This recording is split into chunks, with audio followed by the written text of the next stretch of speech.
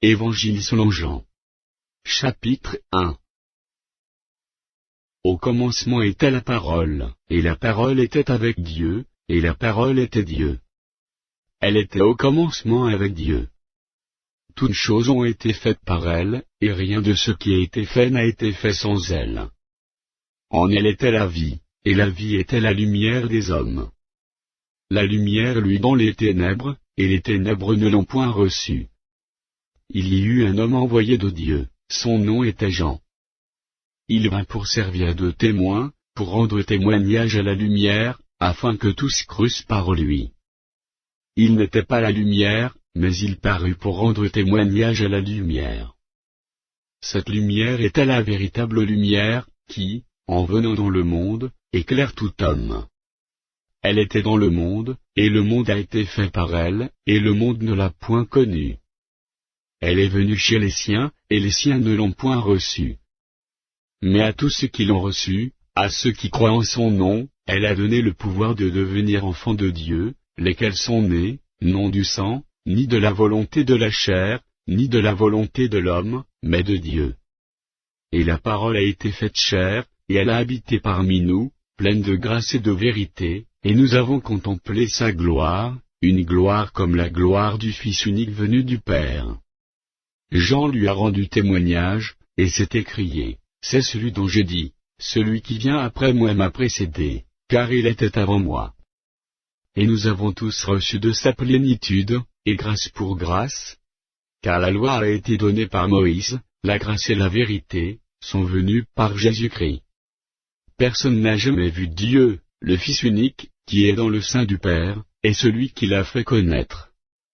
Voici le témoignage de Jean, lorsque les Juifs envoyèrent de Jérusalem des sacrificateurs et des Lévites, pour lui demander, « Toi, qui es-tu » Il déclara, et ne le nia point, il déclara qu'il n'était pas le Christ. Et ils lui demandèrent, « Quoi donc? Es-tu Élie » Et il dit, « Je ne le suis point. » « Es-tu le prophète » Et il répondit, « Non. » Ils lui dirent alors, « Qui es-tu » afin que nous donnions une réponse à ceux qui nous ont envoyés. « Que dis-tu de toi-même » Moi, dit-il, je suis la voix de celui qui crie dans le désert, « Aplanissez le chemin du Seigneur » comme a dit Ésaïe, le prophète. Ceux qui avaient été envoyés étaient des pharisiens. Ils lui firent encore cette question, « Pourquoi donc baptises-tu, si tu n'es pas le Christ, ni Élie, ni le prophète » Jean leur répondit, « Moi, je baptise d'eau, mais au milieu de vous il y a quelqu'un que vous ne connaissez pas, qui vient après moi. Je ne suis pas digne de délier la courroie de ses souliers. » Ces choses se passèrent à Béthanie, au-delà du Jourdain, où Jean baptisait. Le lendemain, il vit Jésus venant à lui, et il dit, « Voici l'agneau de Dieu, qui ôte le péché du monde. » C'est celui dont j'ai dit, « Après moi vient un homme qui m'a précédé, car il était avant moi. » Je ne le connaissais pas, mais c'est afin qu'il fût manifesté à Israël, que je suis venu baptiser d'eau. Jean rendit ce témoignage, « J'ai vu l'Esprit descendre du ciel, comme une colombe et s'arrêter sur lui. Je ne le connaissais pas, mais celui qui m'a envoyé baptiser d'eau, celui-là m'a dit, « Celui sur qui tu verras l'Esprit descendre et s'arrêter, c'est celui qui baptise du Saint-Esprit. » Et j'ai vu, et j'ai rendu témoignage, qu'il est le Fils de Dieu. Le lendemain, Jean était encore là, avec 2 de ses disciples. Et, ayant regardé Jésus qui paissait, il dit, « Voilà l'agneau de Dieu. » Les 2 disciples l'entendirent prononcer ces paroles, et ils suivirent Jésus. Jésus se retourna, et voyant qu'ils le suivaient, il leur dit, « Que cherchez-vous » Ils lui répondirent, « Rabbi, ce qui signifie maître, où demeures-tu » Venez, leur dit-il, et voyez. Ils allèrent, et ils virent où il demeurait, et ils restèrent auprès de lui ce jour-là. C'était environ la 10e heure. André, frère de Simon-Pierre, était l'un des 2 qui avait entendu les paroles de Jean, et qui avait suivi Jésus. Ce fut lui qui rencontra le premier son frère Simon, et il lui dit, « Nous avons trouvé le Messie, ce qui signifie Christ. » Et il le conduisit vers Jésus. Jésus, l'ayant regardé, dit, « Tu es Simon, fils de Jonas, tu seras appelé Cépha, ce qui signifie Pierre. Le lendemain, Jésus voulut se rendre en Galilée, et il rencontra Philippe. Il lui dit, suis-moi. Philippe était de Bethsaïda, de la ville d'André et de Pierre. Philippe rencontra Nathanaël, et lui dit, nous avons trouvé celui de qui Moïse a écrit dans la loi, et dont les prophètes ont parlé, Jésus de Nazareth, fils de Joseph. Nathanaël lui dit, peut-il venir de Nazareth quelque chose de bon? Philippe lui répondit, viens, et vois. Jésus, voyant venir à lui Nathanaël, dit de lui, voici vraiment un Israélite, dans lequel il n'y a point de fraude. D'où me connais-tu? Lui dit Nathanaël. Jésus lui répondit, avant que Philippe t'appelât, quand tu étais sous le figuier, je t'ai vu. Nathanaël répondit et lui dit, Rabbi, tu es le Fils de Dieu, tu es le roi d'Israël. Jésus lui répondit, parce que je t'ai dit que je t'ai vu sous le figuier, tu crois, tu verras de plus grandes choses que celles-ci. Et il lui dit, en vérité, vous verrez désormais le ciel ouvert et les anges de Dieu monter et descendre sur le Fils de l'homme. Jean. Chapitre 2. 3 jours après, il y eut des noces à Cana en Galilée. La mère de Jésus était là, et Jésus fut aussi invité aux noces avec ses disciples. Le vin ayant manqué, la mère de Jésus lui dit, ils n'ont plus de vin. Jésus lui répondit, Femme, qu'y a-t-il entre moi et toi? Mon heure n'est pas encore venue. Sa mère dit au serviteur, faites ce qu'il vous dira. Or, il y avait là 6 vases de pierre, destinés aux purifications des Juifs, et contenant chacun 2 ou 3 mesures. Jésus leur dit, remplissez d'eau ces vases. Et ils les remplirent jusqu'au bord. Puisez maintenant, leur dit-il, et portez-en à l'ordonnateur du repas. Et ils en portèrent.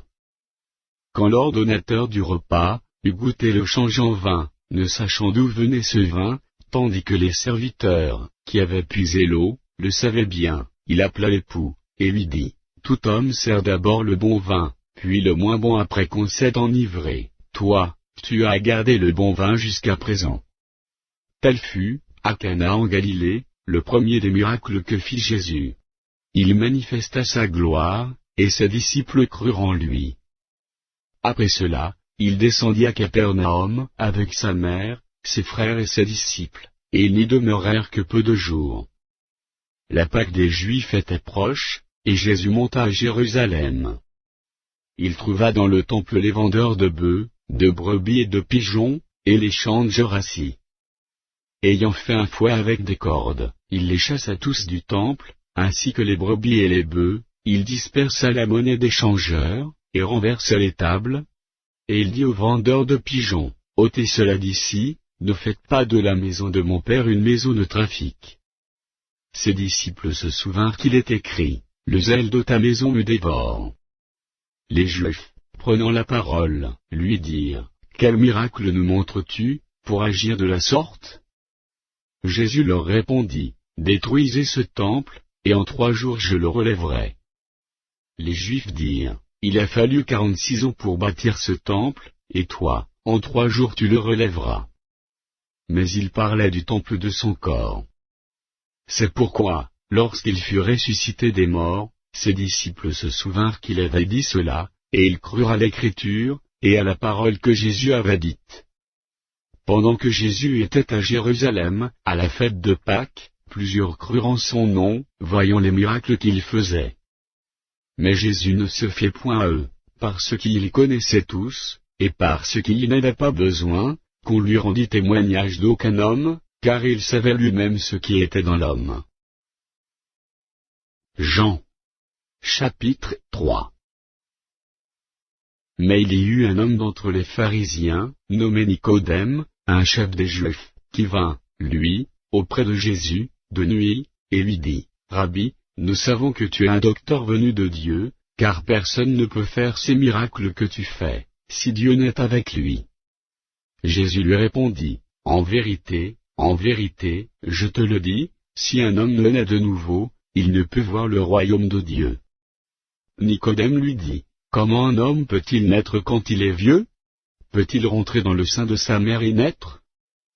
Jésus répondit, en vérité, je te le dis, si un homme ne naît d'eau et d'esprit, il ne peut entrer dans le royaume de Dieu. Ce qui est né de la chair est chair, et ce qui est né de l'esprit est esprit. Ne t'étonne pas que je t'ai dit, il faut que vous naissiez de nouveau. Le vent souffle où il veut, et tu en entends le bruit, mais tu ne sais d'où il vient, ni où il va. Il en est ainsi de tout homme, qui est né de l'esprit. Nicodème lui dit, comment cela peut-il se faire? Jésus lui répondit, tu es le docteur d'Israël, et tu ne sais pas ces choses. En vérité, je te le dis, nous disons ce que nous savons, et nous rendons témoignage de ce que nous avons vu, et vous ne recevez pas notre témoignage. Si vous ne croyez pas quand je vous ai parlé des choses terrestres, comment croirez-vous quand je vous parlerai des choses célestes? Personne n'est monté au ciel, et si ce n'est celui qui est descendu du ciel, le Fils de l'homme qui est dans le ciel. Et comme Moïse éleva le serpent dans le désert, il faut de même que le Fils de l'homme soit élevé, afin que quiconque croit en lui ait la vie éternelle. Car Dieu a tant aimé le monde, qu'il a donné son Fils unique, afin que quiconque croit en lui ne périsse point, mais qu'il ait la vie éternelle. Dieu, en effet, n'a pas envoyé son Fils dans le monde pour qu'il juge le monde, mais pour que le monde soit sauvé par lui. Celui qui croit en lui n'est point jugé, mais celui qui ne croit pas est déjà jugé, parce qu'il n'a pas cru au nom du Fils unique de Dieu. Et ce jugement c'est que, la lumière étant venue dans le monde, les hommes ont préféré les ténèbres à la lumière, parce que leurs œuvres étaient mauvaises. Car quiconque fait le mal est la lumière, et ne vient point à la lumière, de peur que ses œuvres ne soient dévoilées. Mais celui qui agit selon la vérité vient à la lumière, afin que ses œuvres soient manifestées, parce qu'elles sont faites en Dieu. Après cela, Jésus, accompagné de ses disciples, se rendit dans la terre de Judée et là il demeurait avec eux, et il baptisait. Jean aussi baptisa à Énon, près de Salim, parce qu'il y avait là beaucoup d'eau, et on y venait pour être baptisé. Car Jean n'avait pas encore été mis en prison. Or, il s'éleva de la part des disciples de Jean une dispute, avec un juif touchant la purification. Ils vinrent trouver Jean, et lui dirent, Rabbi, celui qui était avec toi au-delà du Jourdain, et à qui tu as rendu témoignage, voici, il baptise, et tous vont à lui. Jean répondit, un homme ne peut recevoir que ce qui lui a été donné du ciel. Vous-même êtes témoins que j'ai dit, je ne suis pas le Christ, mais j'ai été envoyé devant lui. Celui à qui appartient l'épouse, c'est l'époux, mais l'ami de l'époux, qui se tient là et qui l'entend, éprouve une grande joie à cause de la voix de l'époux. Aussi cette joie, qui est la mienne, est parfaite. Il faut qu'il croisse, et que je diminue. Celui qui vient d'en haut est au-dessus de tous, celui qui est de la terre est de la terre, et il parle comme étant de la terre. Celui qui vient du ciel est au-dessus de tous, il rend témoignage de ce qu'il a vu et entendu, et personne ne reçoit son témoignage. Celui qui a reçu son témoignage, a certifié que Dieu est vrai, car celui que Dieu a envoyé dit les paroles de Dieu, parce que Dieu ne lui donne pas l'esprit avec mesure. Le Père aime le Fils, et il a remis toutes choses entre ses mains. Celui qui croit au Fils a la vie éternelle, celui qui ne croit pas au Fils ne verra point la vie, mais la colère de Dieu demeure sur lui. Jean. Chapitre 4. Le Seigneur sut que les pharisiens avaient appris qu'il faisait et baptisait plus de disciples que Jean. Toutefois Jésus ne baptisait pas lui-même, mais c'étaient ses disciples. Alors il quitta la Judée, et retourna en Galilée. Comme il fallait qu'il passât par la Samarie, il arriva dans une ville de Samarie, nommée Sychar, près du champ que Jacob avait donné à Joseph, son fils. Là se trouvait le puits de Jacob. Jésus, fatigué du voyage, était assis au bord du puits. C'était environ la 6e heure. Une femme de Samarie vint puiser de l'eau. Jésus lui dit, « Donne-moi à boire. » Car ses disciples étaient allés à la ville pour acheter des vivres. La femme samaritaine lui dit, « comment toi, qui es juif, me demandes-tu à boire, à moi qui suis une femme samaritaine? Les Juifs, en effet, n'ont pas de relation avec les Samaritains. Jésus lui répondit, si tu connaissais le don de Dieu, et qui est celui qui te dit, donne-moi à boire. Tu lui aurais toi-même demandé à boire, et il t'aurait donné de l'eau vive. Seigneur, lui dit la femme, tu n'as rien pour puiser, et le puits est profond, d'où aurais-tu donc cette eau vive? Es-tu plus grand que notre père Jacob, qui nous a donné ce puits, et qui en a bu lui-même, ainsi que ses fils et ses troupeaux? Jésus lui répondit, quiconque boit de cette eau aura encore soif. Mais celui qui boira de l'eau, que je lui donnerai n'aura jamais soif, et l'eau que je lui donnerai deviendra en lui une source d'eau, qui jaillira jusque dans la vie éternelle. La femme lui dit, Seigneur, donne-moi cette eau, afin que je n'aie plus soif, et que je ne vienne plus puiser ici. Va, lui dit Jésus, appelle ton mari, et viens ici. La femme répondit, je n'ai point de mari. Jésus lui dit, tu as eu raison de dire, je n'ai point de mari. Car tu as eu 5 maris, et celui que tu as, maintenant n'est pas ton mari. En cela tu as dit vrai. Seigneur, lui dit la femme, je vois que tu es prophète. Nos pères ont adoré sur cette montagne, et vous dites, vous, que le Dieu où il faut adorer est à Jérusalem. Femme, lui dit Jésus, crois-moi, l'heure vient où ce ne sera, ni sur cette montagne ni à Jérusalem, que vous adorez le Père. Vous adorez ce que vous ne connaissez pas, nous adorons ce que nous connaissons, car le salut vient des Juifs. Mais l'heure vient, et elle est déjà venue, où les vrais adorateurs adoreront le Père en esprit et en vérité, car ce sont là les adorateurs que le Père demande. Dieu est esprit, et il faut que ceux qui l'adorent en esprit et en vérité. La femme lui dit, je sais que le Messie doit venir, celui qu'on appelle Christ, quand il sera venu, il nous annoncera toutes choses. Jésus lui dit, je le suis, moi qui te parle. Là-dessus arrivèrent ses disciples, qui furent étonnés de ce qu'il parlait avec une femme. Toutefois aucun ne dit, que demandes-tu? Ou, de quoi parles-tu avec elle? Alors la femme, ayant laissé sa cruche, s'en alla dans la ville, et dit aux gens, venez voir un homme qui m'a dit tout ce que j'ai fait, ne serait-ce point le Christ? Ils sortirent de la ville, et ils vinrent vers lui. Pendant ce temps, les disciples le pressaient de manger, disant, Rabbi, mange. Mais il leur dit, j'ai à manger une nourriture, que vous ne connaissez pas. Les disciples se disaient donc les uns aux autres, quelqu'un lui aurait-il apporté à manger? Jésus leur dit, ma nourriture est de faire la volonté de celui qui m'a envoyé, et d'accomplir son œuvre.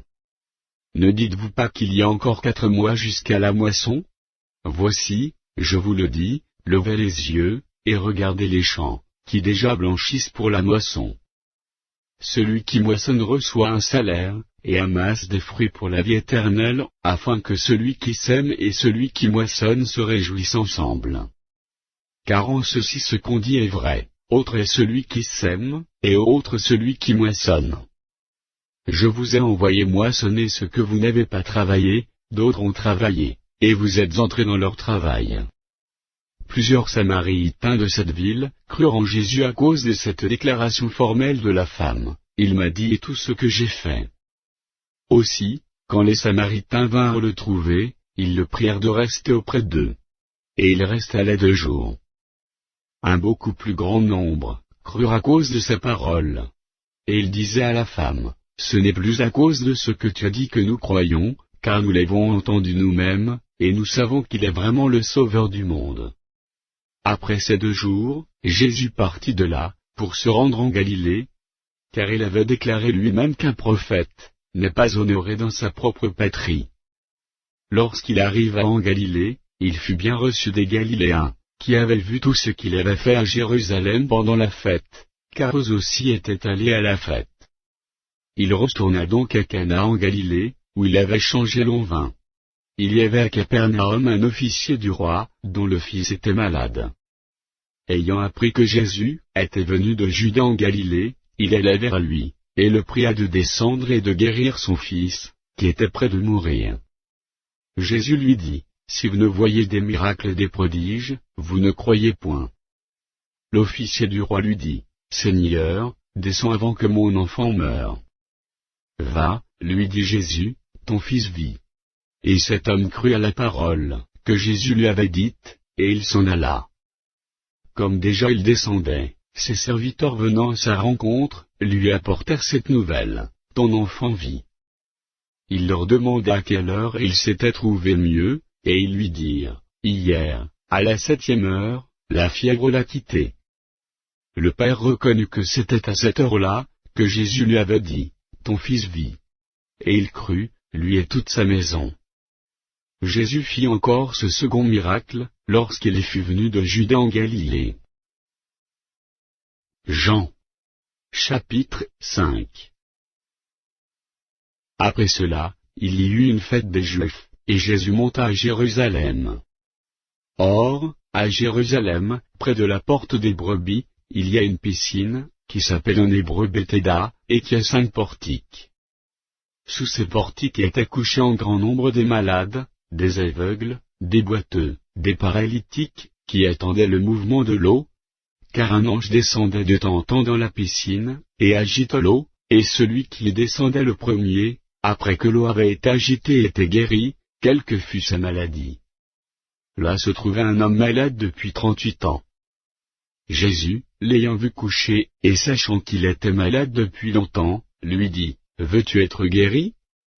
Le malade lui répondit, « Seigneur, je n'ai personne pour me jeter dans la piscine, quand l'eau est agitée, et, pendant que j'y vais, un autre descend avant moi. » « Lève-toi, lui dit Jésus, prends ton lit, et marche. » Aussitôt cet homme fut guéri, il prit son lit, et marcha. C'était un jour de sabbat. Les Juifs dirent donc à celui qui avait été guéri, « C'est le sabbat, il ne t'est pas permis d'emporter ton lit. » Il leur répondit, « Celui qui m'a guéri m'a dit, prends ton lit, et marche. » Ils lui demandèrent, « Qui est l'homme qui t'a dit, prends ton lit, et marche ?» Mais celui qui avait été guéri ne savait pas qui c'était, car Jésus avait disparu de la foule, qui était en ce lieu. Depuis, Jésus le trouva dans le temple, et lui dit, « Voici, tu as été guéri, ne pêche plus, de peur qu'il ne t'arrive quelque chose de pire. » Cet homme s'en alla, et annonça aux Juifs, que c'était Jésus qui l'avait guéri. C'est pourquoi les Juifs poursuivaient Jésus, parce qu'il faisait ces choses le jour du sabbat. Mais Jésus leur répondit, « Mon Père agit jusqu'à présent, moi aussi, j'agis. » À cause de cela, les Juifs cherchaient encore plus à le faire mourir, non seulement par ceux qui violaient le sabbat, mais par ceux qui appelaient Dieu son propre Père, se faisant lui-même égal à Dieu. Jésus reprit donc la parole, et leur dit, « En vérité, je vous le dis, le Fils ne peut rien faire de lui-même, il ne fait que ce qu'il voit faire au Père, et tout ce que le Père fait, le Fils aussi le fait pareillement. Car le Père aime le Fils, et lui montre tout ce qu'il fait, et il lui montrera des œuvres plus grandes que celles-ci, afin que vous soyez dans l'étonnement. Car, comme le Père ressuscite les morts et donne la vie, ainsi le Fils donne la vie à qui il veut. Le Père ne juge personne, mais il a remis tout jugement au Fils, afin que tous honorent le Fils, comme ils honorent le Père. Celui qui n'honore pas le Fils, n'honore pas le Père qui l'a envoyé. En vérité, je vous le dis, celui qui écoute ma parole, et qui croit à celui qui m'a envoyé, a la vie éternelle, et ne vient point en jugement, mais il est passé de la mort à la vie. En vérité, je vous le dis, l'heure vient, et elle est déjà venue, où les morts entendront la voix du Fils de Dieu, et ceux qui l'auront entendu vivront. Car, comme le Père a la vie en lui-même, ainsi il a donné au Fils d'avoir la vie en lui-même. Et il lui a donné le pouvoir de juger, par ce qui est Fils de l'homme. Ne vous étonnez pas de cela, car l'heure vient où tous ceux qui sont, dans les sépulcres entendront sa voix, et en sortiront. Ceux qui auront fait le bien ressusciteront pour la vie, mais ceux qui auront fait le mal, ressusciteront pour le jugement. Je ne puis rien faire de moi-même, selon que j'entends, je juge, et mon jugement est juste, parce que je ne cherche pas ma volonté, mais la volonté de celui qui m'a envoyé. Et si c'est moi qui rends témoignage de moi-même, mon témoignage n'est pas vrai. Il y en a un autre, qui rend témoignage de moi, et je sais que le témoignage qu'il rend de moi est vrai. Vous avez envoyé vers Jean, et il a rendu témoignage à la vérité. Pour moi ce n'est pas d'un homme, que je reçois le témoignage, mais je dis ceci, afin que vous soyez sauvés. Jean était la lampe qui brûle et qui luit, et vous avez voulu vous réjouir une heure à sa lumière. Moi, j'ai un témoignage plus grand que celui de Jean, car les œuvres que le Père m'a donné d'accomplir, ces œuvres mêmes que je fais, témoignent de moi que c'est le Père qui m'a envoyé. Et le Père qui m'a envoyé a rendu lui-même témoignage de moi. Vous n'avez jamais entendu sa voix, vous n'avez point vu sa face, et sa parole ne demeure point en vous, parce que vous ne croyez pas à celui qui l'a envoyé. Vous sondez les Écritures, parce que vous pensez avoir en elles la vie éternelle, ce sont elles qui rendent témoignage de moi. Et vous ne voulez pas venir à moi pour avoir la vie. Je ne tire pas ma gloire des hommes. Mais je sais que vous n'avez point en vous l'amour de Dieu. Je suis venu au nom de mon Père, et vous ne me recevez pas, si un autre vient en son propre nom, vous le recevrez. Comment pouvez-vous croire, vous qui tirez votre gloire les uns des autres, et qui ne cherchez point la gloire qui vient de Dieu seul? Ne pensez pas que moi je vous accuserai devant le Père, celui qui vous accuse, c'est Moïse, en qui vous avez mis votre espérance. Car si vous croyez Moïse, vous me croirez aussi, par ce qui est écrit de moi. Mais si vous ne croyez pas à ces écrits, comment croirez-vous à mes paroles? Jean. Chapitre 6. Après cela, Jésus s'en allait de l'autre côté de la mer de Galilée, de Tibériade. Une grande foule le suivait, parce qu'elle voyait les miracles qu'il opérait sur les malades. Jésus monta sur la montagne, et là il s'assit avec ses disciples. Or, la Pâque était proche, la fête des Juifs. Ayant levé les yeux, et voyant qu'une grande foule venait à lui, Jésus dit à Philippe, où achèterons-nous des pains, pour que ces gens aient à manger? Il disait cela pour l'éprouver, car il savait ce qu'il allait faire. Philippe lui répondit, les pains qu'on aurait pour 200 deniers, ne suffiraient pas pour que chacun en reçût un peu. Un de ses disciples, André, frère de Simon-Pierre, lui dit, il y a ici un jeune garçon, qui a 5 pains d'orge et 2 poissons, mais qu'est-ce que cela pour tant de gens? Jésus dit, faites-les asseoir. Il y avait dans ce lieu beaucoup d'herbes. Ils s'assirent donc, au nombre d'environ 5000 hommes.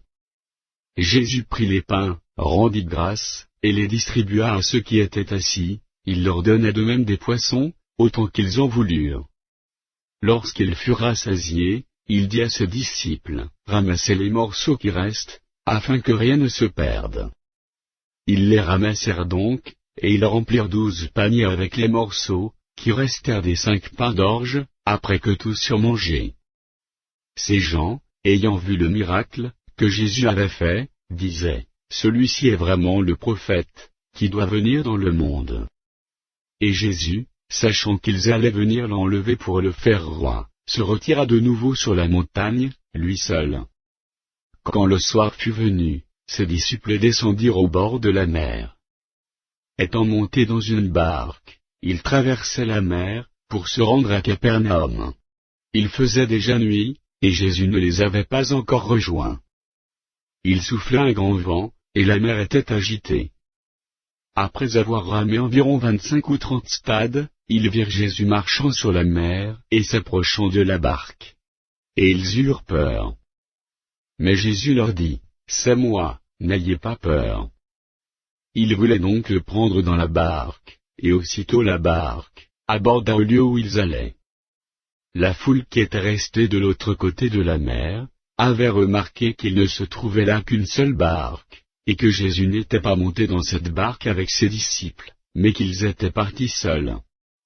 Le lendemain, comme d'autres barques étaient arrivées de Tibériade près du lieu, où ils avaient mangé le pain, après que le Seigneur eut rendu grâce, les gens de la foule, ayant vu que ni Jésus, ni ses disciples n'étaient là, montèrent eux-mêmes dans ces barques, et allèrent à Capernaum à la recherche de Jésus. Et l'ayant trouvé au-delà de la mer, ils lui dirent, « Rabbi, quand es-tu venu ici ?» Jésus leur répondit, « En vérité, je vous le dis, vous me cherchez, non parce que vous avez vu des miracles, mais parce que vous avez mangé des pains, et que vous avez été rassasiés. Travaillez, non pour la nourriture qui périt, mais pour celle qui subsiste pour la vie éternelle et que le Fils de l'homme vous donnera, car celui que le Père, que Dieu a marqué de son sceau. » Ils lui dirent, « Que devons-nous faire, pour faire les œuvres de Dieu ?» Jésus leur répondit, « L'œuvre de Dieu, c'est que vous croyez en celui qui l'a envoyé. » « Quel miracle fais-tu donc, lui dirent-ils, afin que nous le voyions, et que nous croyions en toi? Que fais-tu? Nos pères ont mangé la manne dans le désert, selon ce qui est écrit, il leur donna le pain du ciel à manger. Jésus leur dit, en vérité, je vous le dis, Moïse ne vous a pas donné le pain du ciel, mais mon Père vous donne le vrai pain du ciel, car le pain de Dieu, c'est celui qui descend du ciel, et qui donne la vie au monde. Ils lui dirent, Seigneur, donne-nous toujours ce pain. Jésus leur dit, Je suis le pain de vie. Celui qui vient à moi n'aura jamais faim, et celui qui croit en moi n'aura jamais soif. Mais, je vous l'ai dit, vous m'avez vu, et vous ne croyez point.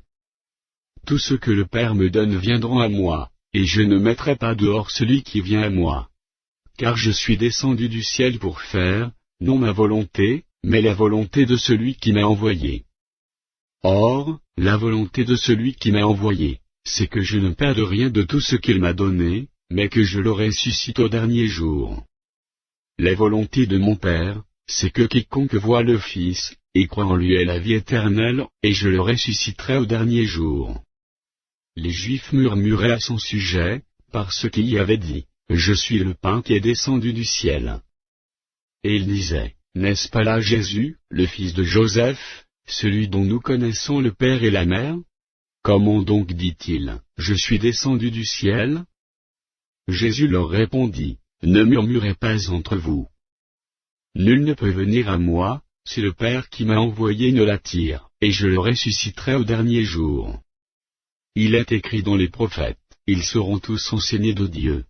Ainsi quiconque a entendu le Père, et a reçu son enseignement vient à moi. C'est que nul n'a vu le Père, sinon celui qui vient de Dieu, celui-là a vu le Père. En vérité, je vous le dis, celui qui croit en moi a la vie éternelle. Je suis le pain de vie. Vos pères ont mangé la manne dans le désert, et ils sont morts. C'est ici le pain qui descend du ciel, afin que celui qui en mange ne meure point. Je suis le pain vivant, qui est descendu du ciel.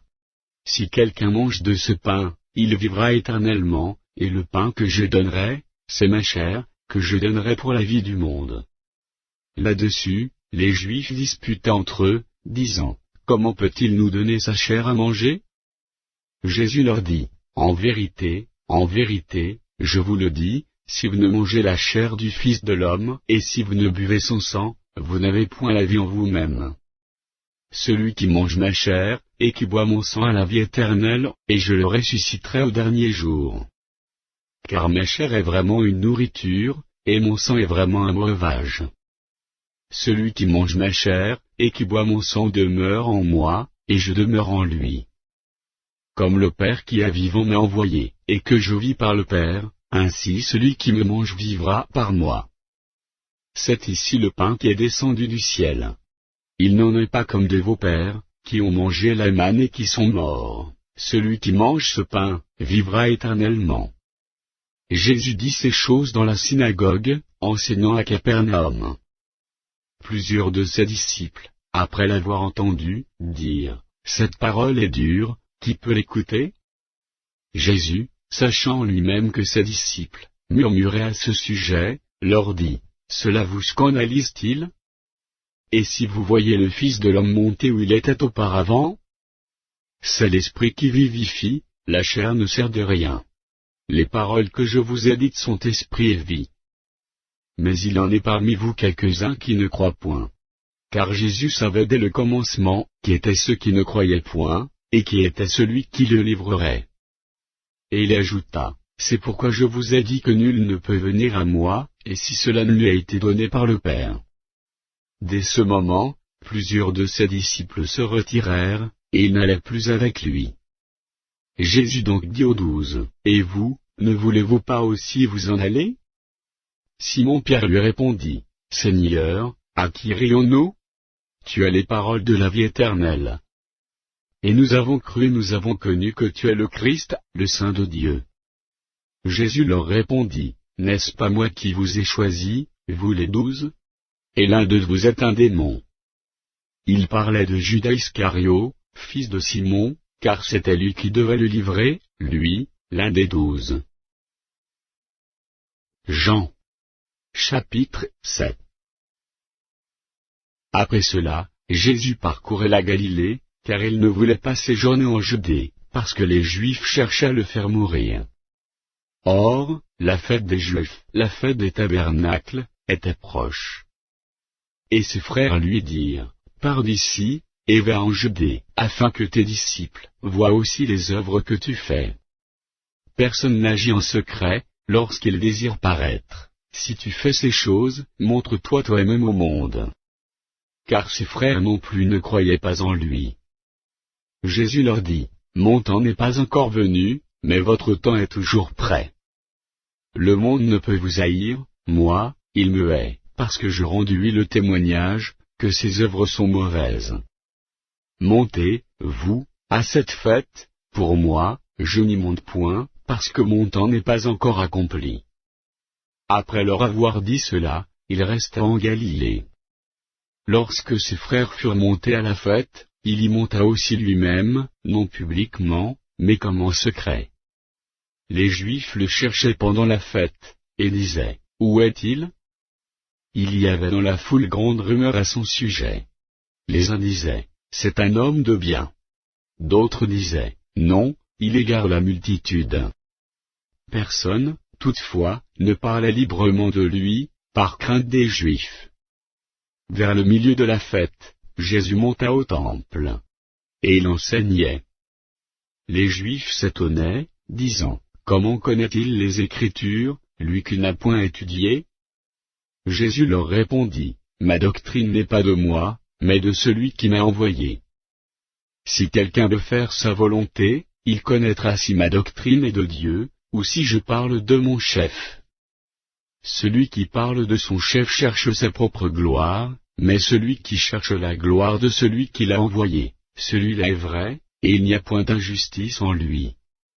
Moïse ne vous a-t-il pas donné la loi? Et nul de vous n'observe la loi. Pourquoi cherchez-vous à me faire mourir? La foule répondit, tu es un démon. Qui est-ce qui cherche à te faire mourir? Jésus leur répondit, j'ai fait une œuvre, et vous en êtes tous étonnés. Moïse vous a donné la circoncision, non qu'elle vienne de Moïse, car elle vient des patriarches, et vous circoncisez un homme le jour du sabbat. Si un homme reçoit la circoncision le jour du sabbat, afin que la loi de Moïse ne soit pas violée, pourquoi vous irritez-vous, contre moi de ce que j'ai guéri un homme tout entier le jour du sabbat? Ne jugez pas selon l'apparence, mais jugez selon la justice. Quelques habitants de Jérusalem disaient, n'est-ce pas là celui qu'ils cherchent à faire mourir? Et voici, il parle librement, et ils ne lui disent rien. Est-ce que vraiment les chefs auraient reconnu qu'il est le Christ? Cependant celui-ci, nous savons d'où il est, mais le Christ, quand il viendra, personne ne saura d'où il est. Et Jésus, enseignant dans le temple, s'écria, vous me connaissez, et vous savez d'où je suis. Je ne suis pas venu de moi-même, mais celui qui m'a envoyé est vrai, et vous ne le connaissez pas. Moi, je le connais, car je viens de lui, et celui qui m'a envoyé. Il cherchait donc à se saisir de lui, et personne ne met la main sur lui, parce que son heure n'était pas encore venue. Plusieurs parmi la foule crurent en lui, et ils disaient, le Christ, quand il viendra, fera-t-il plus de miracles, que n'en a fait celui-ci? Les pharisiens entendirent la foule murmurant de lui ces choses. Alors les principaux sacrificateurs et les pharisiens envoyèrent des huissiers pour le saisir. Jésus dit, « Je suis encore avec vous pour un peu de temps, puis je m'en vais vers celui qui m'a envoyé. Vous me chercherez et vous ne me trouverez pas, et vous ne pouvez venir où je serai. » Sur quoi les Juifs dirent entre eux, « Où ira-t-il, que nous ne le trouvions pas? Ira-t-il parmi ceux qui sont dispersés chez les Grecs, et enseignera-t-il les Grecs? » Que signifie cette parole qu'il a dite, « Vous me chercherez et vous ne me trouverez pas, et vous ne pouvez venir où je serai ?» Le dernier jour, le grand jour de la fête, Jésus, se tenant debout, s'écria, « Si quelqu'un a soif, qu'il vienne à moi, et qu'il boive. Celui qui croit en moi, des fleuves d'eau vive couleront de son sein, comme dit l'Écriture. » Il dit cela de l'Esprit, que devaient recevoir ceux qui croiraient en lui, car l'Esprit n'était pas encore, parce que Jésus n'avait pas encore été glorifié. Des gens de la foule, ayant entendu ces paroles, disaient, « Celui-ci est vraiment le prophète. » D'autres disaient, « C'est le Christ. » Et d'autres disaient, « Est-ce bien de la Galilée, que doit venir le Christ? » L'Écriture nous dit-elle, pas que c'est de la postérité de David et du village de Bethléem, où était David, que le Christ doit venir? Il y eut donc, à cause de lui, division parmi la foule. Quelques-uns d'entre eux voulaient le saisir, mais personne ne mit la main sur lui. Ainsi les huissiers retournèrent vers les principaux sacrificateurs et les pharisiens. Et ceux-ci leur dirent, « Pourquoi ne l'avez-vous pas amené ?» Les huissiers répondirent, « Jamais homme n'a parlé comme cet homme. » Les pharisiens leur répliquèrent, « Est-ce que vous aussi, vous avez été séduits? Y a-t-il quelqu'un des chefs, ou des pharisiens qui ait cru en lui? Mais cette foule qui ne connaît pas la loi, ce sont des maudits. » Nicodème, qui était venu de nuit vers Jésus, et qui était l'un d'entre eux, leur dit, « Notre loi condamne-t-elle un homme, avant qu'on l'entende et qu'on sache ce qu'il a fait? » Ils lui répondirent, « Es-tu aussi galiléen? Examine, et tu verras que de la Galilée il ne sort point de prophète. » Et chacun s'en retourna dans sa maison. Jean. Chapitre 8. Jésus se rendit à la montagne des Oliviers. Mais, dès le matin, il alla de nouveau dans le temple, et tout le peuple vint à lui. S'étant assis, il les enseignait. Alors les scribes et les pharisiens amenèrent une femme surprise en adultère, et, la plaçant au milieu du peuple, ils dirent à Jésus, « Maître, cette femme a été surprise en flagrant délit d'adultère. Moïse, dans la loi, nous a ordonné de lapider de telles femmes. Toi donc, que dis-tu » Il disait cela pour l'éprouver, afin de pouvoir l'accuser. Mais Jésus, s'étant baissé, écrivait avec le doigt sur la terre. Comme il continuait à l'interroger, il se releva et leur dit, « Que celui de vous qui est, sans péché jette le premier la pierre contre elle. » Et s'étant de nouveau baissé, il écrivait sur la terre. Quand ils entendirent cela, accusés par leur conscience, ils se retirèrent un à un, depuis les plus âgés jusqu'au dernier, et Jésus resta seul avec la femme, qui était là au milieu. Alors s'étant relevé, et ne voyant plus que la femme, Jésus lui dit, « Femme, où sont ceux qui t'accusaient? Personne ne t'a-t-il condamné ?»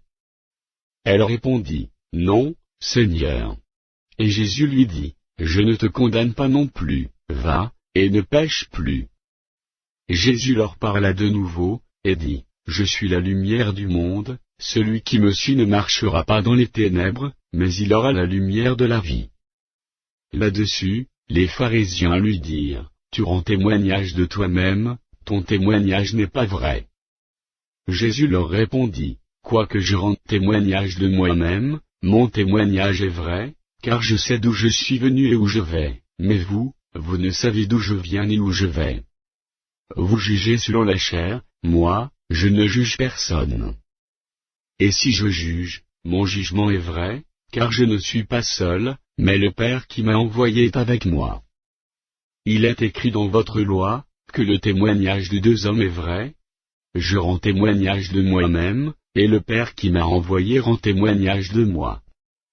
Ils lui dirent donc, où est ton Père? Jésus répondit, vous ne connaissez ni moi, ni mon Père. Si vous me connaissiez, vous connaîtriez aussi mon Père.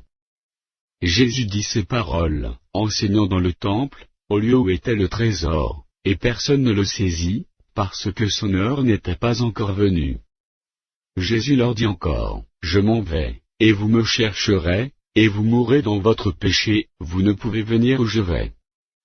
Sur quoi les Juifs dirent, se tuera-t-il lui-même, puisqu'il dit, vous ne pouvez venir où je vais? Et il leur dit, vous êtes d'en bas, moi, je suis d'en haut. Vous êtes de ce monde, moi, je ne suis pas de ce monde. C'est pourquoi je vous ai dit que vous mourrez dans vos péchés, car si vous ne croyez pas ce que je suis, vous mourrez dans vos péchés. Qui es-tu? Lui dirent-ils. Jésus leur répondit, ce que je vous dis dès le commencement.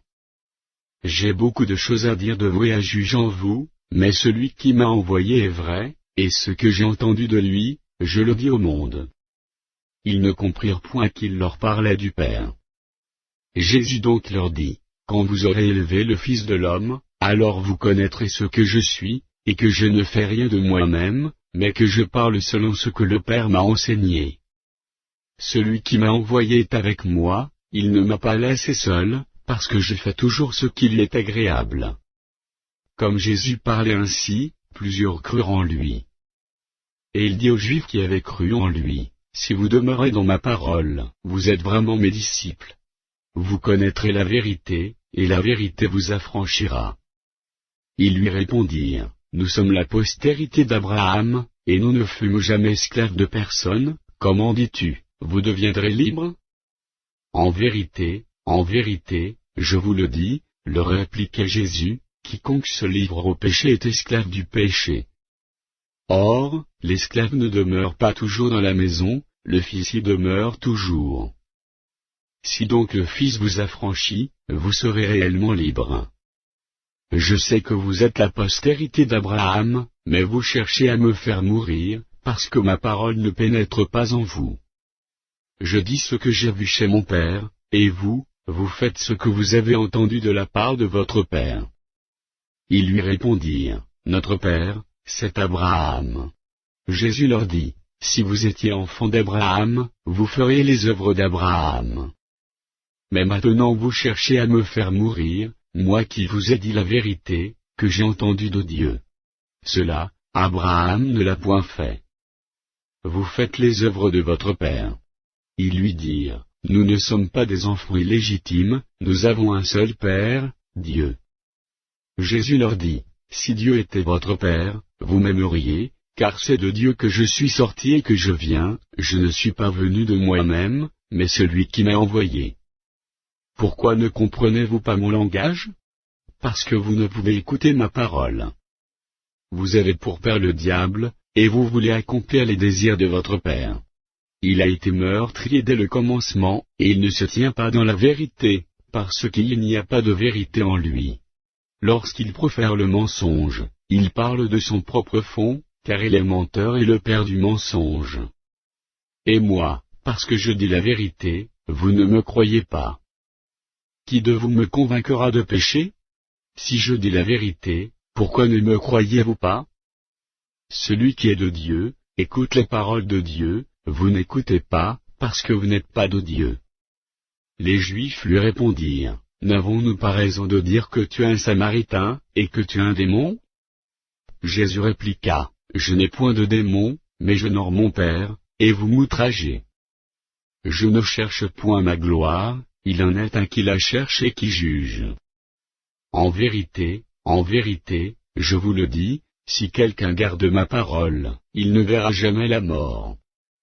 Maintenant, lui dirent les Juifs, nous connaissons que tu es un démon. Abraham est mort, les prophètes aussi, et tu dis, si quelqu'un garde ma parole, il ne verra jamais la mort. Es-tu plus grand que notre père Abraham, qui est mort? Les prophètes aussi sont morts.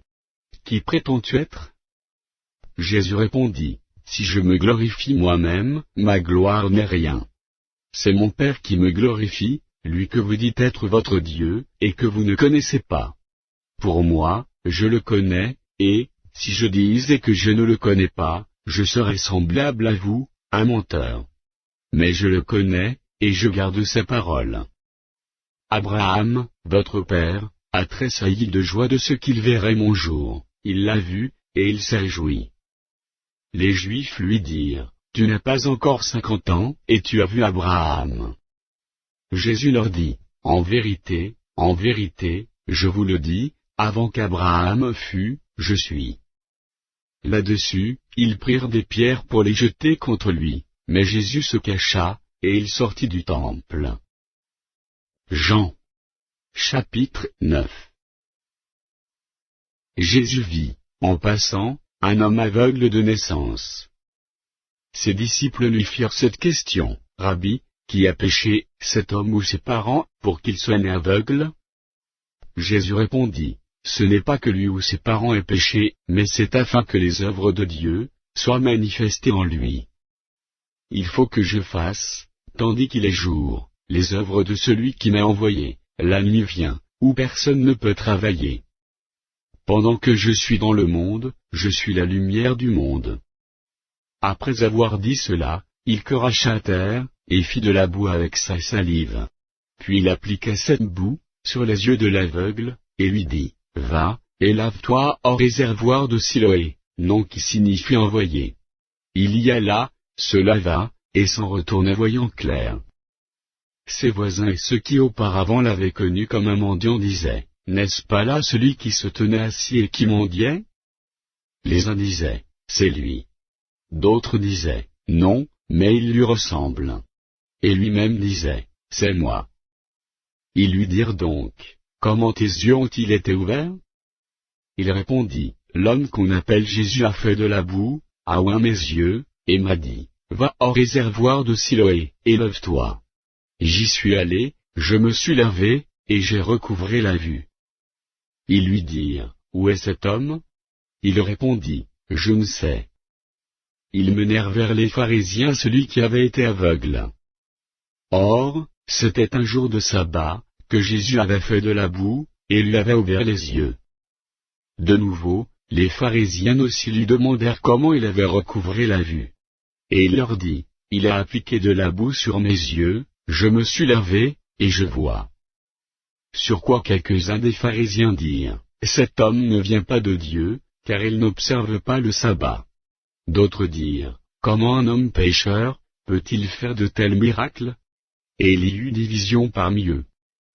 Ils dirent encore à l'aveugle, toi, que dis-tu de lui, sur ce qu'il t'a ouvert les yeux? Il répondit, c'est un prophète. Les Juifs ne crurent point qu'il eût été aveugle et qu'il eût recouvré la vue, jusqu'à ce qu'ils eussent fait venir ses parents.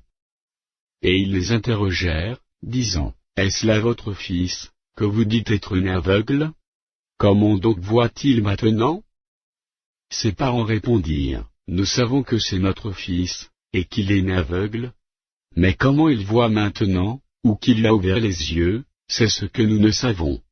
Interrogez-le lui-même, il a de l'âge, il parlera de ce qui le concerne. Ses parents dirent cela parce qu'ils craignaient les Juifs, car les Juifs étaient déjà convenus que, si quelqu'un reconnaissait Jésus pour le Christ, il serait exclu de la synagogue. C'est pourquoi ses parents dirent, il a de l'âge, interrogez-le lui-même.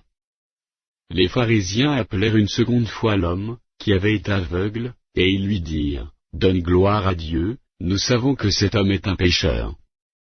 Il répondit, s'il est un pécheur, je sais une chose, c'est que j'étais aveugle, et que maintenant je vois. Ils lui dirent, que t'a-t-il fait? Comment t'a-t-il ouvert les yeux? Il leur répondit, je vous l'ai déjà dit, et vous n'avez pas écouté, pourquoi voulez-vous l'entendre encore? Voulez-vous aussi devenir ses disciples? Ils l'injurièrent et dirent, c'est toi qui es son disciple, nous sommes disciples de Moïse. Nous savons que Dieu a parlé à Moïse, mais celui-ci, nous ne savons d'où il est. Cet homme leur répondit, il est étonnant que vous ne sachiez d'où il est, et cependant il m'a ouvert les yeux. Nous savons que Dieu n'exauce point les pécheurs, mais, si quelqu'un l'honore et fait sa volonté, c'est celui-là qui l'exauce. jamais on n'a entendu dire que quelqu'un a ouvert les yeux d'un aveugle-né. Si cet homme ne venait pas de Dieu, il ne pourrait rien faire. Ils lui répondirent, tu es né tout entier dans le péché, et tu nous enseignes. Et ils le chassèrent. Jésus apprit qu'ils l'avaient chassé, et, l'ayant rencontré, il lui dit, crois-tu au Fils de Dieu? Il répondit, et qui est-il, Seigneur, afin que je croie en lui? Tu l'as vu, lui dit Jésus, et celui qui te parle, c'est lui. Et il dit, je crois, Seigneur. Et il se prosterna devant lui. Puis Jésus dit, je suis venu dans ce monde pour un jugement, pour que ceux qui ne voient point voient, et que ceux qui voient deviennent aveugles. Quelques pharisiens qui étaient avec lui, ayant entendu ces paroles, lui dirent, nous aussi, sommes-nous aveugles? Jésus leur répondit, si vous étiez aveugles, vous n'auriez pas de péché. Mais maintenant vous dites, nous voyons. C'est pour cela que votre péché subsiste. Jean. Chapitre 10. En vérité, je vous le dis, celui qui n'entre pas par la porte dans la bergerie, mais qui monte par ailleurs, est un voleur et un brigand. Mais celui qui entre par la porte, est le berger des brebis. Le portier lui ouvre, et les brebis entendent sa voix, il appelle par leur nom les brebis qui lui appartiennent, et il les conduit dehors. Lorsqu'il a fait sortir toutes ses propres brebis, il marche devant elles, et les brebis le suivent, parce qu'elles connaissent sa voix. Elles ne suivront point un étranger, mais elles fuiront loin de lui, parce qu'elles ne connaissent pas la voix des étrangers. Jésus leur dit cette parabole, mais ils ne comprirent pas de quoi il leur parlait. Jésus leur dit encore, en vérité, je vous le dis, je suis la porte des brebis. Tous ceux qui sont venus avant moi sont des voleurs et des brigands, mais les brebis ne les ont point écoutés. Je suis la porte. Si quelqu'un entre par moi, il sera sauvé, il entrera et il sortira, et il trouvera des pâturages. Le voleur ne vient que pour dérober, égorger et détruire. Moi, je suis venu afin que les brebis aient la vie, et qu'elles soient dans l'abondance. Je suis le bon berger. Le bon berger donne sa vie pour ses brebis. Mais le mercenaire, qui n'est pas le berger, et à qui n'appartiennent pas les brebis, voit venir le loup, abandonne les brebis, et prend la fuite, et le loup les ravit et les disperse. Le mercenaire s'enfuit, parce qu'il est mercenaire, et qu'il ne se met point en peine des brebis. Je suis le bon berger. Je connais mes brebis, et elles me connaissent, comme le Père me connaît comme je connais le Père, et je donne ma vie pour mes brebis. J'ai encore d'autres brebis, qui ne sont pas de cette bergerie, celles-là, il faut que je les amène, elles entendront ma voix, et il y aura un seul troupeau, un seul berger. Le Père m'aime, parce que je donne ma vie, afin de la reprendre. Personne ne me l'ôte, mais je la donne de moi-même, j'ai le pouvoir de la donner, et j'ai le pouvoir de la reprendre. Tel est l'ordre que j'ai reçu de mon Père. Il y eut de nouveau, à cause de ces paroles, division parmi les Juifs. Plusieurs d'entre eux disaient, il a un démon, il est fou, pourquoi l'écoutez-vous?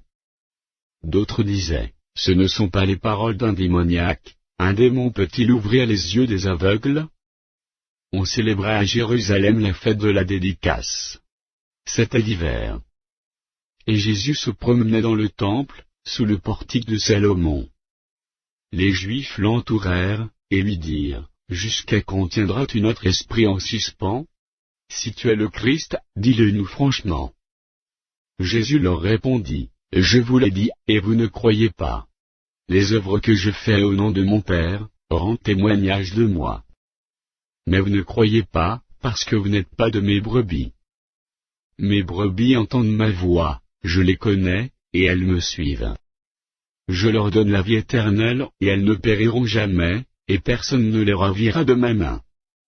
Mon Père, qui me les a donnés, est plus grand que tous, et personne ne peut les ravir de la main de mon Père. Moi et le Père nous sommes un.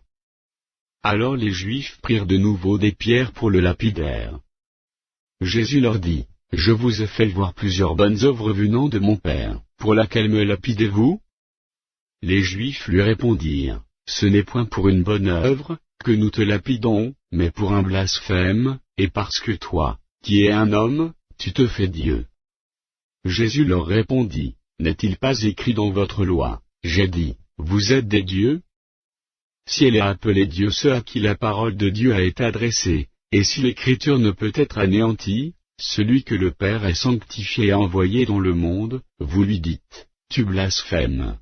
Et cela parce que j'ai dit, je suis le Fils de Dieu. Si je ne fais pas les œuvres de mon Père, ne me croyez pas. Mais si je les fais, quand même vous ne me croyez point, croyez à ces œuvres, afin que vous sachiez et reconnaissiez que le Père est en moi et que je suis dans le Père.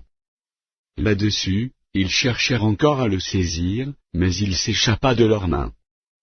Jésus s'en alla de nouveau au-delà du Jourdain, dans le lieu où Jean avait d'abord baptisé. Et il y demeura.